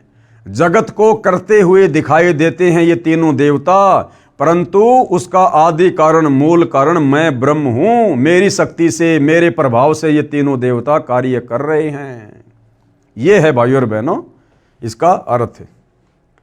विशेष अब पूज्य गुरुदेव भगवान क्या समझाना चाहते हैं? विशेष गीता ज्ञान दाता ने कहा है, किसने? काल ब्रह्म ने, कि रजगुण ब्रह्मा जी से उत्पत्ति, सतगुण विष्णु जी से स्थिति तथा तमगुण शिव जी से संहार होता है। ये सब मेरे लिए है, क्योंकि इसको भोजन चाहिए, मेरा आहार बनता रहे। गीता ज्ञान दाता काल है, जो स्वयं गीता अध्याय 11 श्लोक 32 में अपने को काल कहता है। यह श्रापवश 1 लाख मानव को प्रतिदिन खाता है। इसलिए कहा है कि जो रजगुण ब्रह्मा जी, सतगुण विष्णु जी तथा तमगुण शिव जी से हो रहा है, उसका निमित्त मैं हूं, परंतु मैं इनसे यानी ब्रह्मा विष्णु महेश से भिन्न हूं। यानी इस काल के रिमोट से ये ब्रह्मा विष्णु महेश तीनों देवता काम करते हैं। तो भाइयों बहनों, रिमोट चलाने वाला अलग होता है और टीवी अलग होता है, लेकिन वो रिमोट से टीवी चलता है। तो ये जो काल ब्रह्म है, ये अपने ब्रह्म लोक में रहता है और यहाँ अपने रिमोट से ब्रह्मा विष्णु महेश के माध्यम से पूरी सृष्टि के जीवों को कर्म बंधनों में, तीनों गुणों में, रजगुण, सतगुण और तमगुण में बांध के रखता है। उसके बाद गीता अध्याय 7 श्लोक नंबर 13 की फोटोकॉपी, ये संस्कृत में श्लोक आप जियों के सामने है। गुणों के कार्य रूप यानी रजगुण ब्रह्मा, सतगुण विष्णु, तमगुण शिव जी के कार्य रूप सात्विक, राजस और तामस, इन तीनों प्रकार के भावों से यह सारा संसार प्राणी समुदाय मोहित हो रहा है। ये काल कह रहा है कि तीनों गुणों ब्रह्मा विष्णु महेश और उनसे निकलने वाले गुण, रजगुण, सतगुण, तमगुण, इन तीनों गुणों के प्रभाव से ये पूरा मानव समुदाय ये प्रभावित रहता है। यानी तीनों गुणों से ही ये प्राणी चलते हैं। इन तीनों गुणों से परे मुझ अविनाशी को नहीं जानता। इन तीनों गुणों से परे ये गीता का ज्ञान देने वाला काल भगवान कह रहा है कि मुझ अविनाशी को नहीं जानते, यानी मुझ ब्रह्म के बारे में कि मैं ब्रह्मलोक में रहता हूं, मेरा ओम नाम का जाप है, मेरी साधना करने वाला ब्रह्मलोक में चला जाता है। कह रहा है कि इन तीनों के माया से प्रभावित होकर, श्री ब्रह्मा जी के रजोगुण से प्रभावित होकर, श्री विष्णु जी के सतोगुण से प्रभावित होकर और शंकर जी के तमोगुण से प्रभावित होकर ये जन समुदाय यानी एक ब्रह्मांड के सारे प्राणी ये इतने प्रभावित हैं कि ये मुझ काल ब्रह्म को भी नहीं जानते। और यहां इसने जो अपने आप को अविनाशी कहा है, अविनाशी यानी जिसका कभी विनाश नहीं होता, इसने अविनाशी अपने को सिर्फ इसलिए कहा है क्योंकि इसकी मृत्यु बहुत लंबे समय बाद होती है। ब्रह्मा विष्णु महेश तो करोड़ों अरबों बार खत्म हो जाते हैं, तब कहीं जाकर ये काल मरता है, एक बार इसका शरीर छूटता है, जैसा कि परमात्मा जी ने विधान बना रखा है। तो ये इन तीनों से उत्तम है, इसलिए अपने आप को अविनाशी कह रहा है। आगे चलिए भाइयों और बहनों, गीता अध्याय 7 श्लोक नंबर 14 की फोटोकॉपी श्लोक आप जियों के सामने है। और क्या कहा जा रहा है? क्योंकि यह अलौकिक अर्थात अति अद्भुत त्रिगुणमयी मेरी माया बड़ी दस्तूर है। ये काल ब्रह्म क्या कह रहा है ब्रह्मा विष्णु महेश के बारे में? क्योंकि यह अलौकिक अर्थात अति अद्भुत त्रिगुणमयी माया, रजगुण ब्रह्मा सतगुण विष्णु, ये मेरी माया बड़ी दुस्तर है, यानी बड़ी खतरनाक है। परंतु जो पुरुष केवल मुझको ही निरंतर भजते हैं वे इस माया को उल्लंघन कर जाते हैं, अर्थात संसार से तर जाते हैं। अब ये काल ब्रह्म क्या कह रहा है कि वैसे तो ये ब्रह्मा विष्णु महेश से निकल रही माया, रजगुण सतगुण तमगुण, ये बड़ी दस्तूर है, बड़ी खतरनाक है, जिसने एक ब्रह्मांड के सारे प्राणियों को मोहित कर रखा है। फिर ये काल क्या कहता है? परंतु जो व्यक्ति इस त्रिगुणमयी माया से ऊपर उठकर, यानी ब्रह्मा विष्णु महेश की रजगुण सतगुण और तमगुण इस माया से, जिस माया ने एक ब्रह्मांड के सभी प्राणियों को जकड़ रखा है, मोहित कर रखा है, कहते हैं जो इस त्रिगुणमयी माया से ऊपर उठकर और मुझ काल ब्रह्म की भक्ति करते हैं, मेरे ओम नाम का जाप करते हैं, वे इस माया को उल्लंघन कर जाते हैं, अर्थात संसार से तर जाते हैं। संसार से तरने का मतलब ब्रह्मा विष्णु महेश की भक्ति ना करके और जो मुझ काल ब्रह्म की भक्ति करते हैं वो लंबे समय तक मेरे ब्रह्म लोक में आनंद से रहेंगे। लेकिन भाई ब्रह्म लोक में गया हुआ साधक भी पुनरावृत्ति में है। कहने का मतलब है कि ब्रह्मा विष्णु महेश की भक्ति से तो मुझ काल ब्रह्म की भक्ति कर लो, वो लाख गुना अच्छी है। भले तुम्हारा जन्म मरण समाप्त नहीं होगा, गधे कुत्ते बनना समाप्त नहीं होगा, लेकिन महास्वर्ग में ब्रह्मा विष्णु महेश की तुलना में तुम काफी लंबे समय तक रहोगे। इसके कहने का मतलब यह है कि ब्रह्मा विष्णु महेश की पूजा से तो मुझ काल की पूजा अच्छी है, उत्तम है। फिर गीता अध्याय 7 श्लोक 15, यहां ये काल ब्रह्म गीता का ज्ञान देने वाला, जो ये प्राणी समुदाय केवल ब्रह्मा विष्णु महेश की इन तीनों गुणों की भक्ति पर आधारित है, ये गीता का ज्ञान देने वाला भगवान काल ब्रह्म ऐसे भक्तों को 4 गालियां दे रहा है। 4 गालियां जो केवल ब्रह्मा विष्णु महेश तक की भक्ति पर सीमित हैं, जो इस काल की भक्ति भी नहीं करते। माया के द्वारा जिनका ज्ञान हरा जा चुका है। कौन सी माया के द्वारा? रजगुण ब्रह्मा के द्वारा, सतगुण विष्णु के द्वारा, तमगुण शिव जी के द्वारा। माया के द्वारा जिनका ज्ञान हरा जा चुका है, ऐसे आसुर स्वभाव को धारण किए हुए यानी राक्षस प्रवृत्ति के लोग, मनुष्यों में नीच यानी इंसानों में घटिया कर्म करने वाले, दूषित कर्म करने वाले, मूढ़ लोग यानी मूर्ख लोग, मुझको यानी काल ब्रह्म कह रहा है कि मुझको नहीं भजते, कि तत्व ज्ञान के अभाव में, सत्य ज्ञान के अभाव में ये ब्रह्मा विष्णु महेश तक की पूजा करने वाले मूर्ख लोग, मूढ़ लोग, मनुष्यों में नीच दूषित कर्म करने वाले, राक्षस स्वभाव को धारण किए हुए लोग मुझ काल ब्रह्म की पूजा भी नहीं करते। इसलिए ये यहाँ पर दुखी हो रहा है, परेशान हो रहा है कि ये पूरी की पूरी दुनिया केवल ब्रह्मा विष्णु महेश को ही परमात्मा मान के पूज रही है, जबकि इस दुनिया को ये नहीं पता कि ब्रह्मा विष्णु महेश का रिमोट भी मुझ काल के हाथ में है। ये त्रिगुणमयी माया, रजगुण ब्रह्मा, सतगुण विष्णु, तमगुण शिव जी, ये काल ब्रह्म कह रहा है कि मेरे रिमोट से काम करते हैं और ये दुनिया मुझे नहीं पूजती, केवल इन्हीं की भक्ति तक सीमित है और 84 लाख योनियों में नरक में बार बार चक्कर काटती रहती है। आगे भाइयों और बहनों, विशेष इस गीता अध्याय 7 श्लोक 15 में स्पष्ट किया है कि जिन साधकों की आस्था रजगुण ब्रह्मा जी, सतगुण विष्णु जी तथा तमगुण शिव जी में अति दृढ़ है तथा जिनका ज्ञान लोक वेद दंत कथाओं के आधार से इस त्रिगुणमयी माया के द्वारा हरा जा चुका है, वे इन्हीं तीनों प्रधान देवताओं व अन्य देवताओं की भक्ति पर दृढ़ हैं। इनसे ऊपर मुझे यानी गीता ज्ञानदाता को नहीं भजते, नहीं पूजते। ऐसे व्यक्ति राक्षस स्वभाव को धारण किए हुए मनुष्यों में नीच, नराधमा, दूषित कर्म करने वाले मूर्ख हैं। वे मुझको यानी गीता ज्ञान देने वाले काल ब्रह्म को भी नहीं पूजते, नहीं भजते। स्पष्ट कर दिया भाइयों और बहनों इस पवित्र ग्रंथ ने। फिर गीता अध्याय 7 श्लोक 20 की फोटोकॉपी संस्कृत में श्लोक आप जियों के सामने है। और हे अर्जुन, ये काल ब्रह्म कह रहा है कि हे अर्जुन, उन भोगों की कामना द्वारा जिनका ज्ञान हरा जा चुका है, वे लोग अपने स्वभाव से प्रेरित होकर उस नियमों को धारण करके अन्य देवताओं को भजते हैं अर्थात पूजते हैं।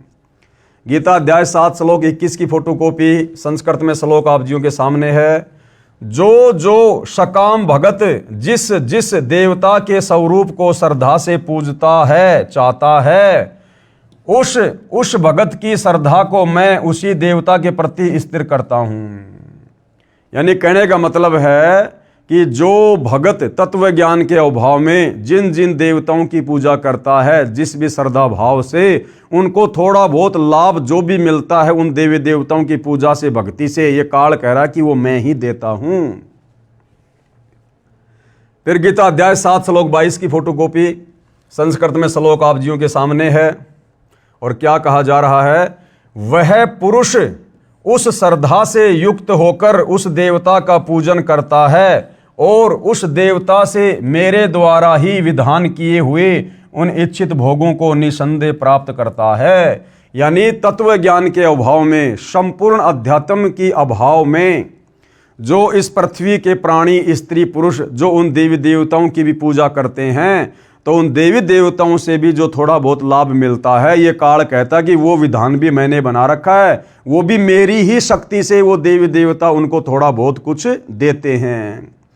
जैसे स्टेट का मुख्य राजा होता है, मुख्यमंत्री, और कोई व्यक्ति यदि किसी सरपंच से लाभ लेने की कोशिश करता है, सरपंच के ही गुणगान करता है, तो सरपंच यदि थोड़ा बहुत उसको लाभ दे भी देता है, तो वो लाभ उस स्टेट के मुख्यमंत्री से ही जानो, क्योंकि सरपंच को जो शक्ति मिली है वो स्टेट के मुख्यमंत्री से ही मिली हुई है। तो देवी देवताओं की पूजा करने वाले को जो थोड़े बहुत लाभ होते हैं वो देवी देवता नहीं बल्कि इस काल ब्रह्म की शक्ति से ही मिलता है। गीता अध्याय 7 श्लोक 23 की फोटोकॉपी संस्कृत में श्लोक आप जियों के सामने है। परंतु उन अल्प बुद्धि वालों का वह फल नाशवान है। परंतु उन अल्प बुद्धि वालों का, कौन अल्प बुद्धि वाले? जिनके विषय में गीता ज्ञान देने वाला काल ब्रह्म गीता अध्याय 17 श्लोक 20 और 23 में कह रहा है कि जो देवी देवताओं की पूजा करते हैं वो तो अल्प बुद्धि वाले हैं, मंद बुद्धि वाले हैं। तो काल क्या कह रहा है देवी देवताओं के पुजारियों के विषय में? परंतु उन अल्प बुद्धि वालों का वह फल नाशवान है। यानी थोड़ी बहुत साधना करके देवी देवताओं की जो फल प्राप्त करते हैं वो तो नाशवान है, यानी मुक्ति नहीं है। 84 में जाना पड़ेगा, नरक भोगना पड़ेगा, गधे कुत्ते सूअर की योनि में कष्ट उठाना पड़ेगा। तथा वे देवताओं को पूजने वाले देवताओं को प्राप्त होते हैं, यानी देवताओं के लोक में चले जाएंगे। जो देवताओं की पूजा करते हैं वहां उनके नौकर लगेंगे और मेरे भगत चाहे जैसे भी भजें अंत में मुझको ही प्राप्त होते हैं। और ओम नाम की साधना करने वाले, ये काल ब्रह्म कह रहा है कि वो मेरे ब्रह्म लोक में आ जाएंगे। लेकिन फिर गीता अध्याय 8 श्लोक नंबर 16 में कह रहा है कि ब्रह्म लोक पर्यंत सर्वलोक पुनरावर्ती में है, यानी ब्रह्म लोक में गए हुए भगत भी जन्म और मरण में है, पूर्ण मुक्ति नहीं है। पूर्ण मुक्ति तो केवल परम अक्षर ब्रह्म की साधना करनी पड़ेगी, तत्वदर्शी संत से लेकर। गीता अध्याय 9 श्लोक 25 की फोटोकॉपी श्लोक आप जियों के सामने है। देवताओं को पूजने वाले देवताओं को प्राप्त होते हैं, यानी देवताओं के लोक में चले जाएंगे, वहां उनके नौकर बन जाएंगे और फिर वो देवता उनका मिसयूज करेंगे। मिसयूज जैसे इंद्र की भक्ति करके इंद्र के लोक में चले जाते हैं। अब इंद्र ने क्या किया, जब विश्वामित्र तप करने लगा तो इंद्र ने अपनी नौकरानी को भेज दिया उसके तप को खंड करने के लिए। मार्कंडे ऋषि जब तप करने लगा तो इंद्र ने अपनी खुद की पत्नी को भी मार्कंडे ऋषि के सामने नंगा करके प्रस्तुत कर दिया। इतना गिरा हुआ चरित्र हमारे इन देवताओं का है, जिनकी भक्ति करने के लिए गीता अध्याय 17 श्लोक 20 और 23 में काल ब्रह्म मना कर रहा है। देवताओं को पूजने वाले देवताओं को प्राप्त होते हैं, पितरों को पूजने वाले पितरों को प्राप्त होते हैं, और भूतों को पूजने वाले, यानी श्राद्ध निकालना भूत पूजा में आता है, भूतों को पूजने वाले भूतों को प्राप्त होते हैं, और मेरा पूजन करने वाला भगत मुझको ही प्राप्त होता है। यानी काल ब्रह्म कह रहा है कि मेरी ओम नाम की साधना करने वाला मुझे प्राप्त होता है, ब्रह्मलोक में आ जाता है।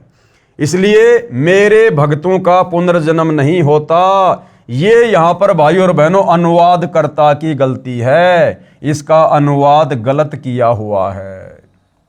ये आपको पहले भी गुरुदेव भगवान के कर कमल से लिखित शुद्ध अनुवाद बता दिया गया था, आगे भी परमात्मा दया करेंगे तो आप जियों को समझाया जाएगा।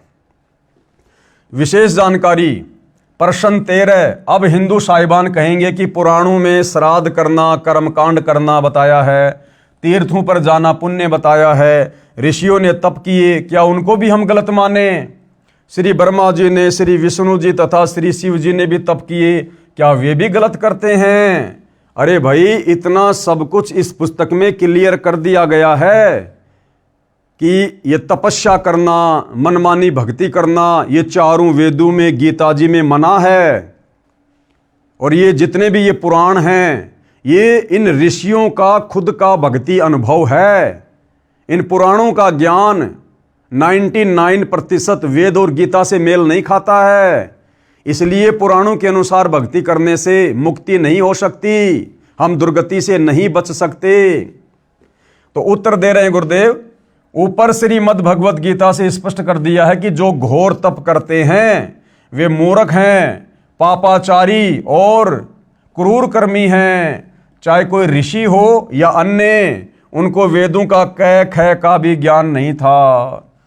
इसीलिए तो सतगुरु रामपाल जी बार बार कहते हैं कि भाई अध्यात्म के विषय में ये ब्रह्मा विष्णु महेश भी फैल हैं, यानी ब्रह्मा विष्णु महेश को भी अध्यात्म का ज्ञान नहीं है, श्री ब्रह्मा जी को भी वेदों का पूर्ण ज्ञान नहीं। फिर ब्रह्मा जी ने जो चारों वेद अपने वंशजों को दिए, मनु आदि को, उनको भी वेदों का ज्ञान नहीं। फिर आगे चलकर ये वेद साधना भी लुप्त होती चली गई, तो उन ऋषि महर्षियों को फिर वेदों का ज्ञान कहां से हो जाएगा, जो सतयुग में, त्रेता में और द्वापर में थे। और उन्होंने मनमानी पूजा साधना की, जंगलों में जाकर तपस्या की, घोर तप किए, जो तप करने के लिए गीता जी मना कर रही है। तो भाई ये जो अध्यात्म का संपूर्ण मार्ग है, संपूर्ण ज्ञान है, ये 21 ब्रह्मांड में 21 ब्रह्मांड के स्वामी काल ब्रह्म को भी नहीं है। ये काल ब्रह्म भी सतलोक के विषय में पूरी तरह से नहीं जानता है। इसीलिए तो गीता अध्याय 4 श्लोक नंबर 34 में इसने अर्जुन से कहा कि भाई किसी तत्वदर्शी संत की खोज कर ले। अगर इस काल ब्रह्म को, गीता के ज्ञान देने वाले भगवान को ज्ञान होता, उस तत्व ज्ञान के विषय में ये जानता, तो फिर अर्जुन को तत्वदर्शी संत की शरण में जाने की सलाह क्यों दे रहा है? अगर इसको तत्व ज्ञान होता तो 2-4 श्लोक और लिख देता कि ये है वो तत्व ज्ञान। कौन सा भाई कागज कम पड़ रहा था या स्याही कम पड़ रही थी? तो भाई और बहनों, वो तत्व ज्ञान तो परम अक्षर ब्रह्म, कबीर देव, सत्य पुरुष इस पृथ्वी पर स्वयं ही तत्वदर्शी संत के रूप में प्रकट होकर समझाता है और निसंदेह वर्तमान में वह तत्व ज्ञान सतगुरु रामपाल जी समझा रहे हैं। तभी तो इतने प्रमाण हिंदू समाज को समझाने के लिए इस पवित्र पुस्तक में डाल रखा है। सामान्य हिंदू को तो होगा कहां से भाई, जब ब्रह्मा विष्णु महेश ही तप किया करते थे, वेदों विरुद्ध साधना किया करते थे, तो जब ब्रह्मा विष्णु महेश को भी वेद ज्ञान नहीं है तो सामान्य ऋषियों को, संतों को, बेचारों को कहां से होगा। और फिर वर्तमान के जो सामान्य हिंदू हैं फिर उनको कहां से होगा। सामान्य हिंदू को तो होगा कहां से। गीता में तीर्थों पर जाना कहीं नहीं लिखा है, इसलिए तीर्थ भ्रमण गलत है। शास्त्र विधि त्याग कर मनमाना आचरण है जो गीता में व्यर्थ कहा है। अगला सवाल किया है प्रश्न 14, क्या पुराण शास्त्र नहीं है। उत्तर, पुराणों का ज्ञान ऋषियों का अपना अनुभव है। वेद व गीता प्रभुदत्त यानी गॉड गिवन ज्ञान है जो सत्य है। ऋषियों ने वेदों को पढ़ा लेकिन ठीक से नहीं समझा, जिस कारण से लोकवेद यानी एक दूसरे से सुने ज्ञान को उस आधार से साधना की। कुछ ज्ञान वेदों से लिया यानी ओम नाम का जाप यजुर्वेद अध्याय 40 श्लोक 15 से ले लिया, और तप करने का ज्ञान ब्रह्मा जी से ले लिया। तप करने की सलाह वेदों में नहीं है।